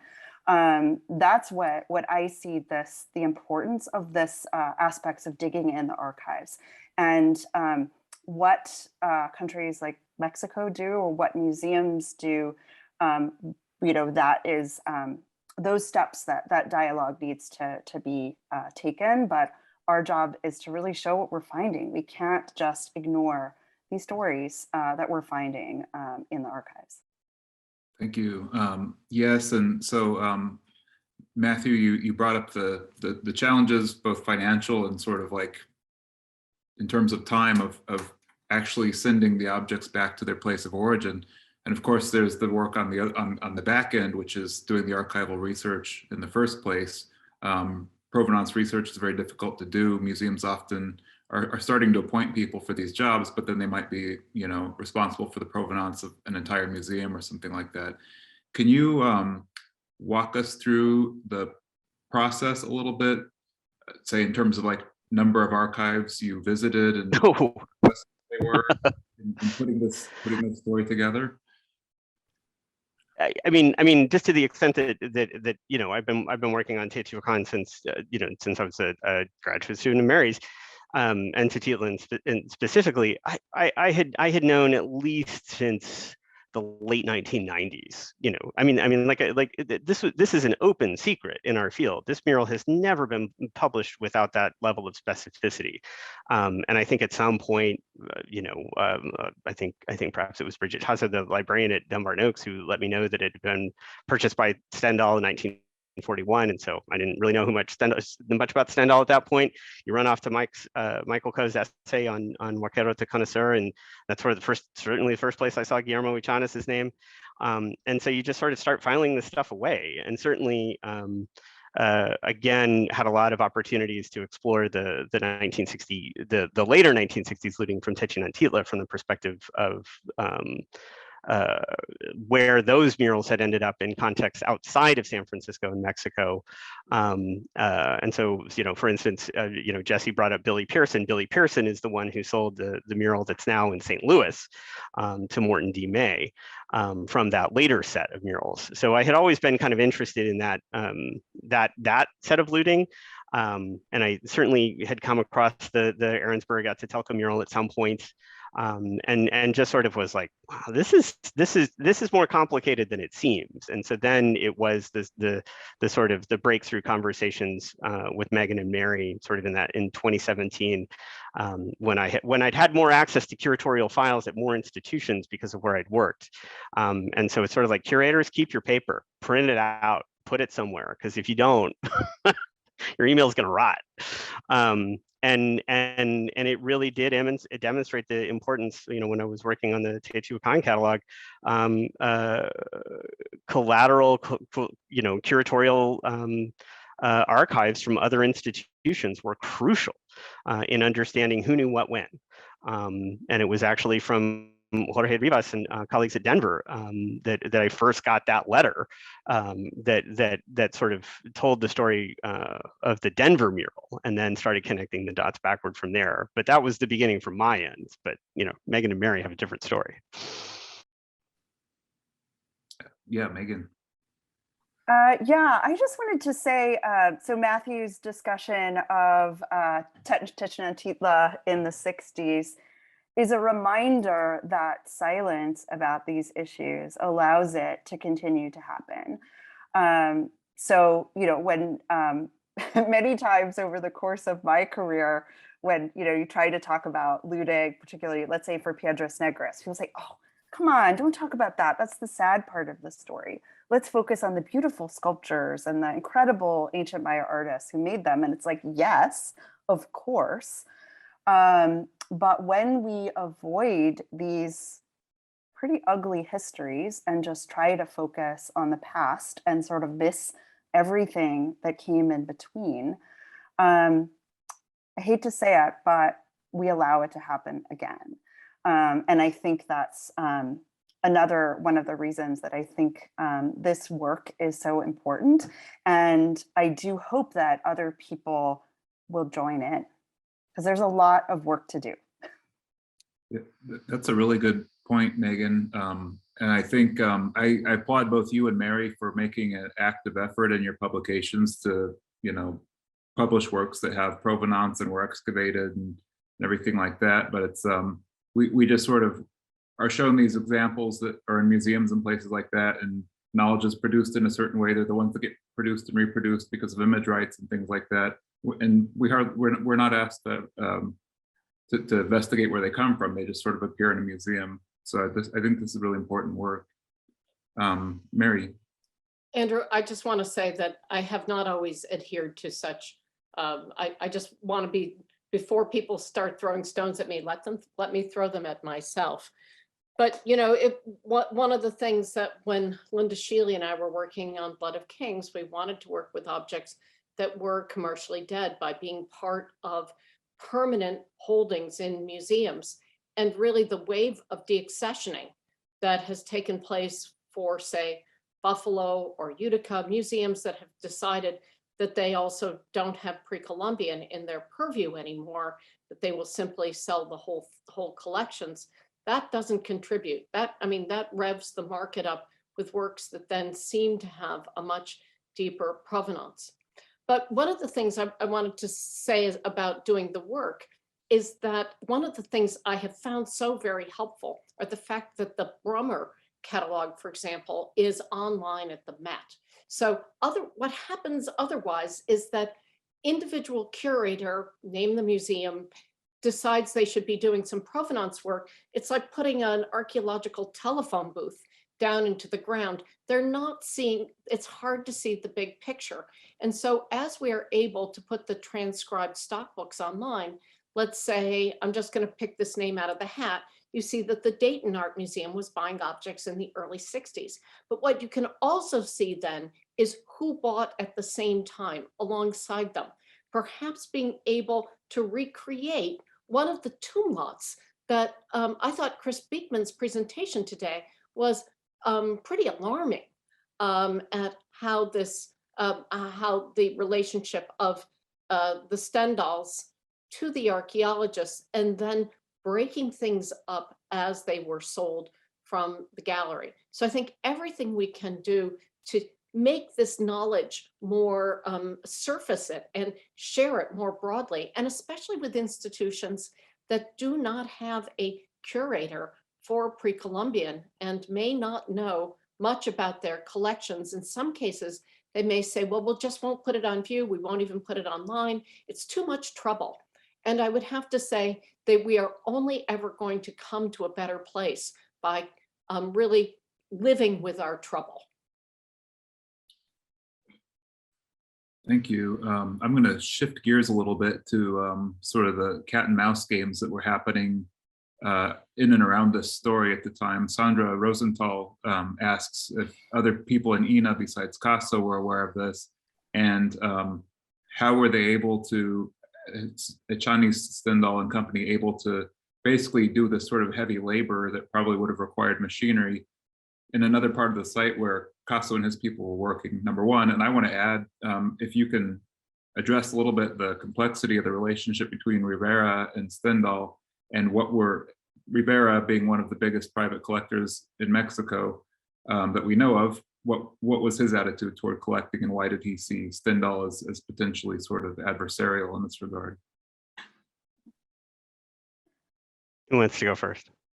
Well, I can start with the question of Rivera, because it's a really interesting one. Because Rivera himself was a collector, and Rivera himself has mural pieces at the Anahuacalli. And so we don't know yet, as we said in the paper, whether Rivera wanted this stopped because he wanted things for his own collection, or he wanted things to stop going out of Mexico, or both, right? Or maybe he wanted them to be preserved, you know? And so one of the things that Sandra's question raises is, where are the archives in Mexico as well, right? And we've looked a little bit, not enough. We encourage anyone who listens to this to please where are these archives? Are they in official institutions? Are they in people's homes? People certainly have to have been talking about this. And you know, maybe there's even some documents from Rivera that we haven't found yet. But there were a number of collectors inside of Mexico who were buying things, and they said in order to stop them from leaving Mexico. So, you know, there are lots of different reasons that people were buying them within Mexico, or of course the ever-present we're buying them to save them, right? Which you also see in the Stendahl letters as well. I'll hand off the rest to Mary or Matthew. Well, just to address the situation on the ground at Teo really quickly in this time period, CASA's not working there yet. You know, there are some excavations that are going on at the Feathered Serpent Pyramid, you know, in sort of like 38, 39 that CASA was certainly sort of like nominally directing. But you know, it's sort of like Teotihuacan is a big site today. I think in a way it's sort of like a bigger site then, just in terms of navigating, you know, how to get from one part to another. And again, nobody knows really that these apartment compounds really exist yet. Linné's been excavating compounds on the eastern side of the city. It's some distance from the Sun Pyramid, but this is over on the west. You know, we don't know yet that Teotihuacan is basically just a very densely structured city with apartment compounds everywhere. So I think it's not all that surprising to me that this happens first. There's a group working at the Viking group right along the Street of the Dead. They're the ones that hear about Tepantitla, and that's when Tepantitla comes to the foreground a little bit later into the 41, 42, and so there is this kind of incredible confluence of people and objects moving around the site. And it's very hard for me to imagine that local networks aren't trading information as well. I think we have to think about time lags in terms of communication technologies as well. I think that Etchanes, I mean, this is very, you know, we can get into some speculation here, but I think the fact that the murals are reproduced by 1940, you know, in time for this publication, they're in Mexico City. They're probably in Etchanes' shop. I think people are seeing them. You know, I think word is probably getting around, and I think that's one of the other challenges that Etchanes is trying to manage. Many different clients from many different walks of life, shall we say? I'd say one other person we hear from a few years later is Agustin Viagra, who's making the fantastic copy of Tepantitla and will come and do Tititla and Aratelco and other parts of the city. But as far as we can ascertain, although when Zeta is first brought to the attention by Sam Lothrop, brought to the attention of Robert Woods Bliss in the late 50s, he thinks it's Viagra. I think it's very unlikely that it was Viagra who was making those copies, because Viagra worked for INA, and I just think I think he's surprised at seeing these works, and also becoming the illustrator and documenter of these murals, as well as Bonampak, is part of, you know, it's his living, and it's in his best interest, his own self-interest as well as that of his nation, to keep them on site. Yeah, I think also he painted those reproductions as because he knew they were sort of ephemeral and they were going to be damaged. He's not the type of person that's, you know, it's an act of preservation. He's not the type of person who would be involved in their looting and destruction, I think. Megan. Yeah, I also just want to mention what's also been very interesting is the conflicts within INA and the National Museum at this point. I see that Adrián recommended we look in Secretaría de Relaciones Exteriores, where Peyton and I spent quite a bit of time in February, where we didn't find anything about the mural, but we're still looking. But that one of the figures who's mentioned in some of the letters that you'll see in the LibGuide is Porfirio Aguirre, who had been an employee at the museum and who is mentioned in the letters as seemingly being involved in maybe cleaning up one of the murals. It looks like once it's already been taken off the wall, but then there's another letter that says, oh, it wasn't Aguirre. And he had lost his job because of, conflicts within INA, within the National Museum, as well as some questions about his activities. So I also think that silences may have taken place because of internal conflicts within INA and the National Museum as well. But don't fully know, but that's something to be explored. And one of the things that is perhaps useful for our audience to know is that we presented, I think I mentioned this yesterday, we presented the existence of the archive that we're working from with colleagues in Mexico back in February. So, and as we put things online, and as we make them a little easier to find, thanks to the LibGuide, that we're hoping that people will, in fact, start using these archives to make their own discoveries. Thank you. I think we're probably about at time and should wrap up, but I'd like to personally say thank you to everybody who tuned in today and yesterday and saw all of these talks. And thank you again, Megan, Matthew, and Mary for a terrific talk. Thank you all. Yes, thanks very much. It's great.